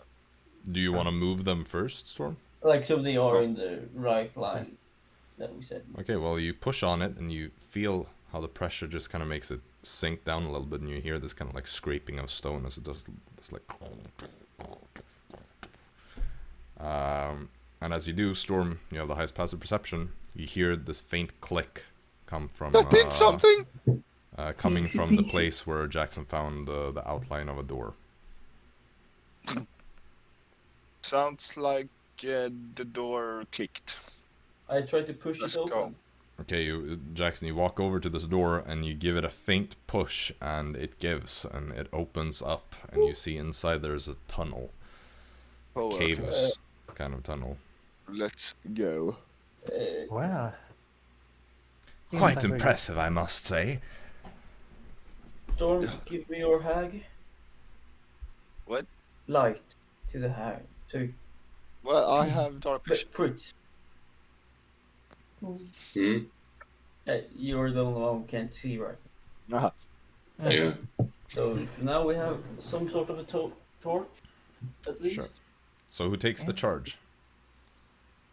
Well, who would be good in a spot up there? I think it's most important that we put like Barnabas somewhere on the end. Middle. Yeah, middle or end, somewhere along there. Middle end. And I I suppose. guess me and Storm can be in the front. Yeah. I Oh, think yeah. I've spoken to Cephalus about this. I think it is best if we perhaps stay behind until you have made sure that the path is clear. Of Of course. course. Actually, a very good idea. So we will be staying right here, and just in the off chance that perhaps there are any direwolf attacks, we can just quickly close the door behind us and Right. hold it down over here. Eli, are you coming with us or staying back? I Adventuring, come on. I'm not sure if I wish This was what you to. wanted to do. Well, I wanted to see for myself what is hidden beneath Ken Solos mainly. Oh. And to have a bit of an adventure on the road, but I don't know if I wanted to risk If my you're life in the back, exploring. you're in the. You'll It's probably be safe. I'll walk in the far back, and if something happens, I will be going back here. actually, contrary to popular belief, going in the back is not usually a good idea. You should just go in the middle if you want to feel safe. But I don't think anything will really sneak up on us behind. On second No, thought, I if- think I will be staying back here, thank you. you always scare him, Dara. Well, I did try to warn him that going in the back isn't as safe as one thinks it is. It's more safe to be in the middle. Fine, let's go then. Arisa is just gonna say like, I think I'm gonna stay behind here as well, just to make sure that nothing happens. And if there are any dire wolves, I really want to see them. But Nice. if I change my mind, I'll just catch up with you. Alright, Then we'll see you later. don't then. feed them. Yeah, that's actually a good point. Please don't feed the or you know what? As long as they don't come here, you can feed them. Well, I didn't really bring much to feed them with, but now I almost feel bad about that. Don't worry about it. It's going to be fine. It's going to be fine. Alright. Well, I'll be staying here for now anyway. Good luck. Thank you. Have a So- good luck with the others. The rest of you had it on. And who's gonna what's the marching order here? How wide is it? It's Like 5 or 10? I'd say it's closer to 10. You could walk 2 people at a time. I guess like me, Storm first, and Yeah, Fritz and then Fritz Dara and Dara. behind. Yeah. Okay. I could send Florp up ahead, but I feel That's like probably smart though. Yeah. Let him trigger the traps. well, he would be flying, so I don't know if he But would. you can try to spot traps with him. Well, I'll let Florp fly over like 15 feet before us, maybe. Okay. And I'm gonna check Florp's What stats. shape is Florp right now? Owl or I'm- imp owl? I'll let him be in his imp form. Isn't he usually like an imp and he can transform to an Yeah, I mean he owl? can shape Yes. change to, or at least look like. Yeah, so I the- guess it's always. Well, He's I wanted always to an make sure. imp, but I he's- just want to know if he's an owl but or an he's- imp owl. Yeah. Oh, Well, right. He's pretty much always an Yeah, imp okay. owl, but now I'll let him be an imp. Sure. So, Stinky Sting knees. Penis, as this is imp alter ego, is going to fly ahead then. Yep. And as you push further into this cave, suddenly you just lose connection with him. Just Oh, gone. do I feel like I can dismiss him, or is it like with the rift that I Let me just? just let me just double check this one thing real quick.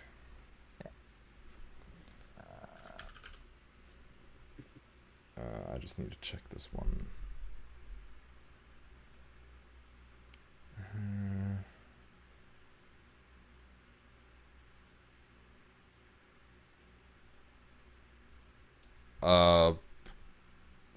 It's weird. You don't seem to have fully lost him. Like he's like half still present, but also not. You can't really like make him reappear. But That's you don't strange. have any connection with him right now. I don't have a mental connection with Florp anymore. Do you still have connection if he's on a different plane? Well, no, I don't have a connection with him if he's on another plane of existence. That might be what's happening. That there's a portal in front of Might us. be. Or it might be some sort of anti-magic. That could actually be possible, I suppose. I just can't get a read on this. Can you see anti-magic with detect magic? Good question. I'll try it. I'll try a detect magic Okay, to so see if you it's like do you keep going to the point where he vanished? Right yeah, before I well, guess. just right before. Yeah. Okay, so as you're getting close to this, Storm and Jaxson, as you're walking in the front, Yeah. you see that at this point, the tunnel turns into a bigger room. However, this room is more like a very wide and deep pool, because down below, about 20 feet or so below where the tunnel ends, you see looking down this boiling water. It seems to be some sort of natural spring with very hot water. You can like sense the heat and the steam 20 feet above it. Ooh. It's boiling. Do you want to like go up to the edge and kind of like look down? Yeah. Okay. Yeah. Storm, as you do that, goes dark. Can't see anything. I walk, step back. Gets brighter again. Woo! We'll go. I'll just go to the ledge, Jax. Oh. You look down. Oh! It's fine. There's nothing weird. It's just the boiling water at the bottom. Oh, this is Yeah, an well, I step anti-magic forward. field. Your Da-da-da. goggles don't work. Yeah, like the Whoa! moment your head kind of peeks into the confines of this chamber, instantly goes black. Try to point Hey, the yo, hag, these shits are useless, Look. dude. Point Well, with Damascus I hag. point with Damascus Hadi over. into where the boiling Because- water. I cast light on it. Like this is Yeah, stop light going. goes out. And that no more magic. Yeah, I mean, Does it work like that? pretty much, yeah. I'm Though fucking having a rage. after like a couple of times, the spell just fades. Seems to be able to maintain Giving- itself for a little bit, but And Well- like, okay, if I peek over it, like, what do I see? Like, can I see another like entrance or something, or is it just a? you can see straight across, maybe about 70 feet or so on the other side. Mhm. You can just barely see, or actually Dara would be the one who sees this the best because you have the best dark vision. Yeah, I can But only about see 70 feet feet above. across, you see that the tunnel continues. There's no bridge or nothing. I try to Make a press my perception check. hand Or well, like. you're blind in here, so. Well, we I will have my have to- glasses on. We will have to Dumb make up a back. torch or something. Yeah, right. Okay. Could I like try to put my hand on like right after like the cliff, I guess, to see if like there's invisible ground. We got a torch. You put your hand out and there's nothing there. But just make a perception check.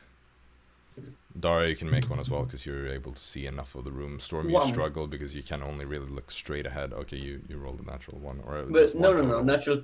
Oh no, never mind. It's a 3. I thought I had minus for some reason. Okay. It says- God, that was such trash roll. No. But like, does my passive 11 take it? I mean, your passive is technically 11, but And 9. Dara's is 14. well, and what is right? your passive? Is that 14. 14? Well, then that's the one you'd go off of. Storm, you can try one as well, but it, Wait, it would never be mind. under- Yeah, My sure. passive is actually 20. Disadvantage. 15, I mean. I 15. just realized, yeah, I realized I looked at that an older, Oh, where my This is- proficiency oh, bonus is that's plus 3. yeah. Fritz, you're also free to join in, assuming Jaxson recast the light spell. Right. Well, it doesn't work. We both 19. work. So we take a torch and light the With torch. Oh, so you- disadvantage. Yeah, okay. Just my. What'd you say? My passive Perception. is- What did you get, Storm? 19 with disadvantage. 19? Okay. But 21 in passive. How far does a torch go? I think Well, your 60 passive is feet as well. technically that -5 because it's disadvantage. It's Oh, like 30, 12, 30. 19. Yeah, that's what I thought. No, it seems to be 20/20. No, it's Oh, 20/40. That'd be annoying like that, didn't it? Of course. Fritz, what did you Did you roll perception? Yeah, I rolled an 18. 18. Okay. Yeah. Ironically enough, it would be the ones that don't see as well in this room that would notice as you kind of like look over with the torch. You see that submerged into the water, there seems to be some sort of bridge that is carried by chains on each side of the tunnel. Did I see that? Yeah, you and Storm. Wait, so it's like under the water? Like Yeah, there's a bridge that is suspended with chains that has been submerged down under the boiling water, and you also see, looking around in the room, there is some strange bluish green moss that kind of covers most of the walls. Ah. I don't like moss. Oh, maybe it's the moss that takes away the magic. Maybe. Well, Wait, should we try to shoot it and see if anything happens? well, the magic is not gonna do anything, so it has to be with like a crossbow bolt or something. Right, well at least we can try with a Eldritch Blast or something. I'll just throw in an Eldritch Blast that probably disappears, like in that room. Yeah, I and try mean, if you stick in your hand into like the room and you channel it, it just fizzles out before even becoming more than a spark. Storm, shoot the moss with your crossbow. I grab a stone from the floor. Okay. Slingshot, bitch. Okay, you shoot a pebble at some of the moss. Hits the moss, tears off a small chunk that falls into the water. Let's go. As the stone hits the water, you can kind of hear this like I don't want to touch that. from the boiling. Can I boiling like water. try to see if there is any levers or buttons or anything? Sure. Make an insight or a investigation check. I'll help Jaxson with that. Thank you very, Funny part very is much. you guys didn't see the bridge. Oh, can I see Well, lever or investigate. something? When you pointed out, I wanna like investigate. Well, that's trash. It's just a 9. Nothing, no. Where did the chains go? The chains just go up into like the stone ceiling. Mhm. Appears to be some sort of mechanism. Actually, it wouldn't go through, but it would have this like kind of some sort of system that just keeps the. It seems that something can pull the bridge up, Okay. but you're just not sure what. And where is the moss? It just grows along the wall, so like most of the room. So here, besides. Not in the tunnel, but inside. Like Okay. you could like reach in, like on the side and kind of like lean out over the boiling I wanna water, grab. kind of, and just tear off a chunk. Yeah, I do that. Yeah, so you kind of like ask somebody to hold your arm so that you don't fall in, and you lean I inside, hold. you tear a chunk. I fake drop him. Okay, so as Jackson's holding on, he just kind of like. I would ask Fritz because he's stronger. Fair Whoa. Yeah, you're Yeah. fat. Yeah, I'll help. Yep. So Fritz holds on to your arm, and you grab a chunk of this moss, and you bring it back. Okay, I hold it close to my brillor. Okay, so as you hold it close to like one of the sides of your glasses, that side just goes out. It is Wow. the moss. Why? So I if you think- eat this, Dara, you'll never be able to cast spells again. You want to Damn. taste? You're just making a lot of assumptions based on one moss. Is the moss connected like everywhere? I mean, it has chunks. It's not Is the moss still living? necessarily perfectly. Does I- it look like the moss is killing itself? If it's killing itself No, if it's dying. in your hand, Yeah. I mean, it wouldn't happen that quickly. Yeah, okay. So I grab a rock and put the moss on. Moss. Okay. No, here, live here instead. And then I Slap ask it Fritz onto again. to do this again. I grab more moss, put it around the whole stone, and then Storm, perfect. maybe we should use Put the it torch in to burn it. my pocket or something. What? Maybe we should use the torch to burn the moss. Oh yeah, good point. Hey Fritz, you wanna hold Well, me again? I don't even know. Yeah. We could just torch it with a tinderbox. Yeah, but Yeah, but I have one hand. Fair enough. Okay, so I lean out. It's kind of difficult because the room is very humid because of the Oh. boiling water. So the moss is like, first of all, moss, unless it's dried, is not very good as like, damn it. you know, it doesn't easily catch fire. And especially when it is in a super damp room with just steam constantly keeping it moist. Moist. It's difficult. Like, you singe that clump of moss, but it's Okay, Well, so let's it find would be lever. difficult to make this properly catch on fire. Well, we just need to find some way to raise that bridge. Can I like make some like shake on the moss if I know anything specific about this type of moss? Because it seems like hell Sure. magical. Sure. What type of roll is that? Make a nature check. Nature check. Yeah, makes sense, right? It's moss. Right. Never mind. It's my You second jinxed nat- your rolls, right? I have rolled 2 natural ones in a row. Okay, so I'm investigate check for a lever. Nice. Well, Dara's going Or to a button. take out the new torch and light it on fire because I I have a assume torch. that. Oh, didn't it go out when putting in the? No, it's just that the moss didn't catch on fire. Okay. If that's the case, The I'll. torch is Investigation, bang. That's a 17. No, yes, no, wait. No. Yes. No. Maybe. Yeah. Yes, Maybe. 17. Yes. 17 to investigate. So you kind of look around the area. walls.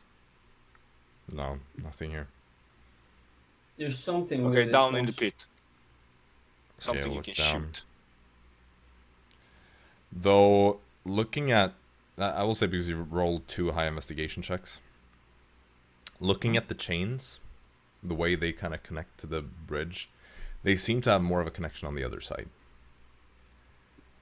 It seems that this bridge is probably activated from the other side of this room.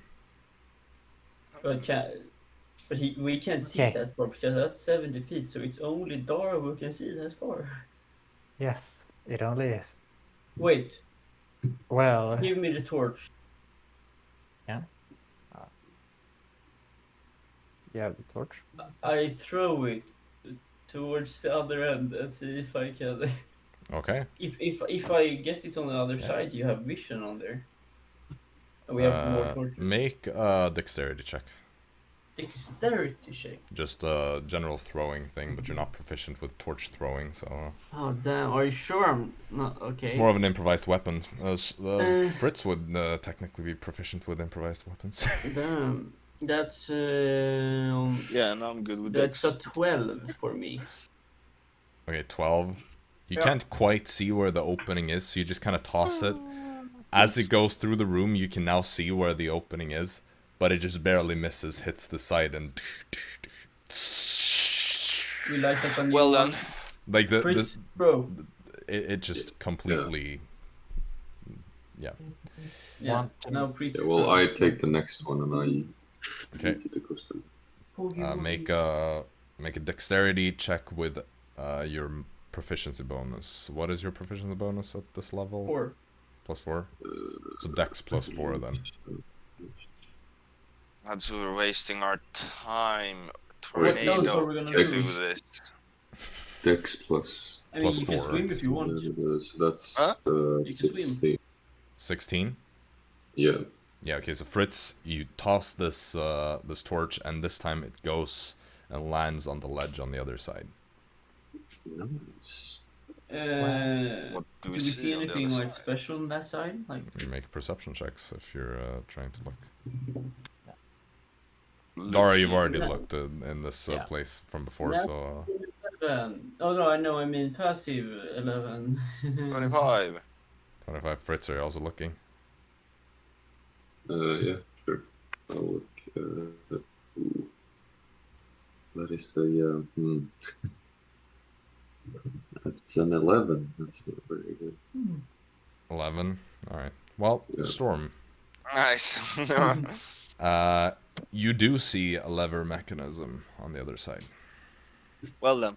Tornado, It's kind of you partially hidden. see that thing over there, you know, this thing, you can do this with yes, I hope Very you have it sure. worked out. Tornado is pretty light.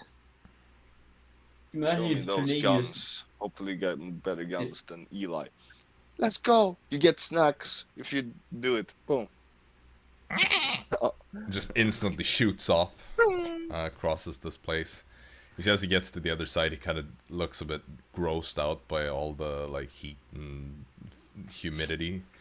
But he goes over to the lever that the rest of you now also see, and he kind of starts trying to pull. You can, by the way, you can see the kind of chain and the part that acts as like a counterweight to keep the thing, or that allows it to kind of raise and lower in a way.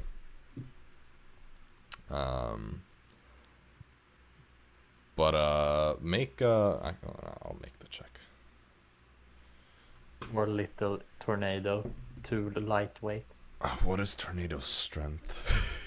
-4. Yeah, I'm afraid he's not gonna succeed that one, is he? Come on, Tornado!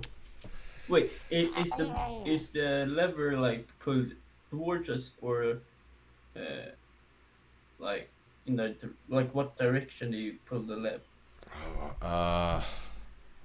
Let me think what makes the most I sense. mean, if we would It would be shoot pulled it- up, so it would need to be pulled down. And So does down go like in like what direction, towards the bridge or down towards cave? Down. Like Wow. there's What do you mean? different down, right? What do you mean by that?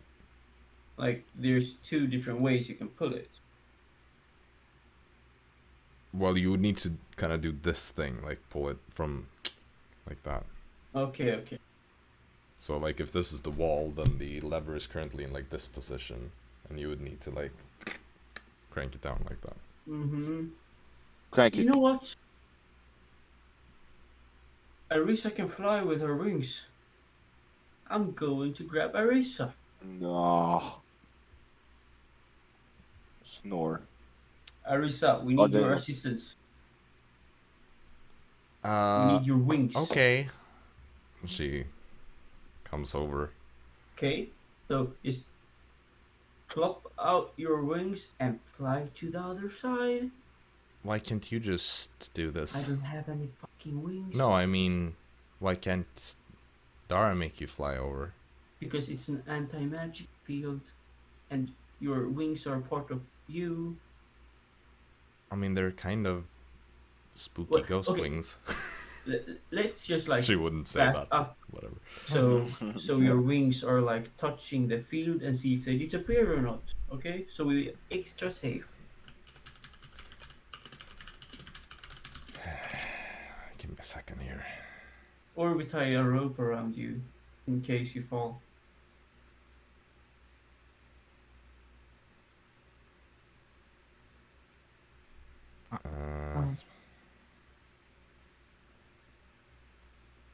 Okay. it's called Radiant Soul, right? That ability. Well, in that case, I assume Arisa would be willing to do this. Yeah, probably. Though I know that she is a bit picky about using her wings. She gets the wings out. She allows it to kind of like touch the area that has suppressed magic. Doesn't seem to go away. So she I just push quickly, before the spell fades, just leaps out, glides across over to the other side. She lands, just pulls the lever, and you can hear the rustling of chains as this this bridge is elevated out of the boiling water. You see the water kind of like pouring off the sides. The bridge itself, I mean, it's made of some pretty decent metal, so that it doesn't like get damaged with quite time. hot, I guess.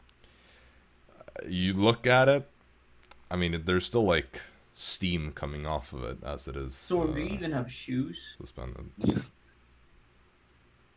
Yes. Do you? Yes, I have special tailored boots. Alright. Lizardly. Otherwise, this would not You have work. the boots of the Winterland, I think. Don't you? Exactly, that as well. Oh, Hey, really? I can't freaking destroy those, can I? You have magical boots. Yep. Did it? No, wait, there's a magical field. Yes, but magical items would still not be destroyed by an Well then. anti-magic field. Did it? Unless they are only held together by the man. Well, anti-magic fields are always just temporary things. Like, Okay. an anti-magic field... Like, there's a difference between dispelling something, which would be a permanent thing, or an anti-magic field, which just suppresses an effect. Fair. Well then, swag walk over to the other side, eh? So yeah, the path is clear. You can all just make your way across. You I can... assume Arisa, Like I most- assume Arisa goes back as well, so... Yeah. You mean like that? Yeah, she would. Yeah. She'd be like, okay, I'm done here now. Good luck. Yeah. Just Thank you. walks back as Thank you. you have all passed across the bridge. A lot of you feel the like heat even going through the boots. Storm is more protected because of the boots just not being able to melt, really. But like, yeah, it's this thing would definitely just like instantly melt skin if you were to touch this this bridge. It would Ugh. probably cool off to a more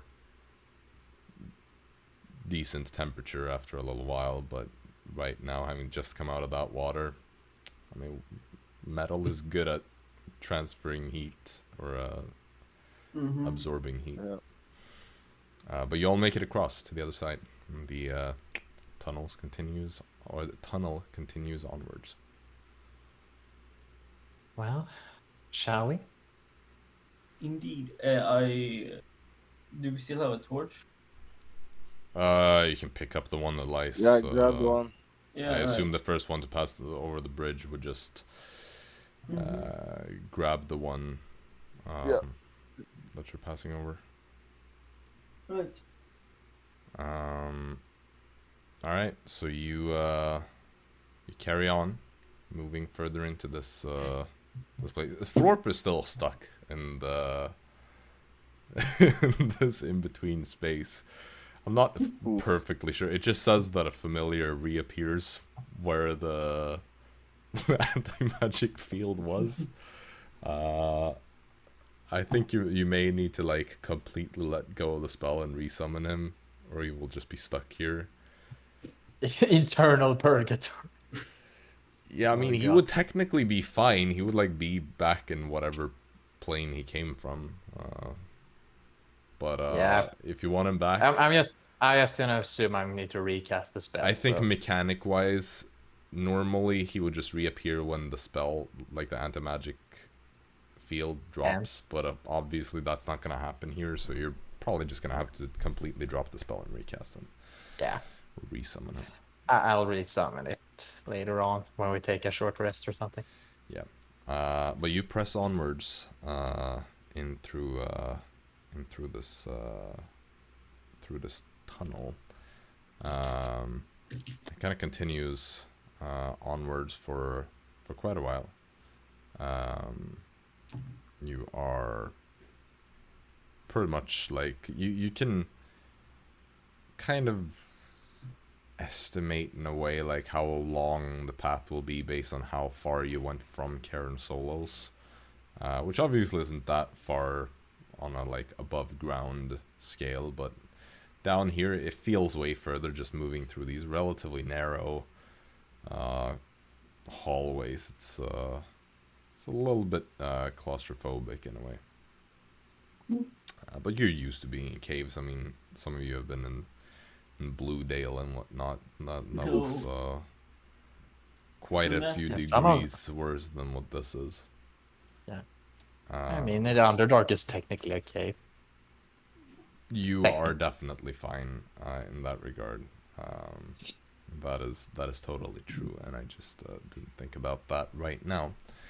But yeah, in a way, as you press onwards through these tunnels, and as you begin to draw near to the next part of this place, I think that is a good place to maybe end it for today. Dun, dun, dun, dun. So yeah, No. you actually solved that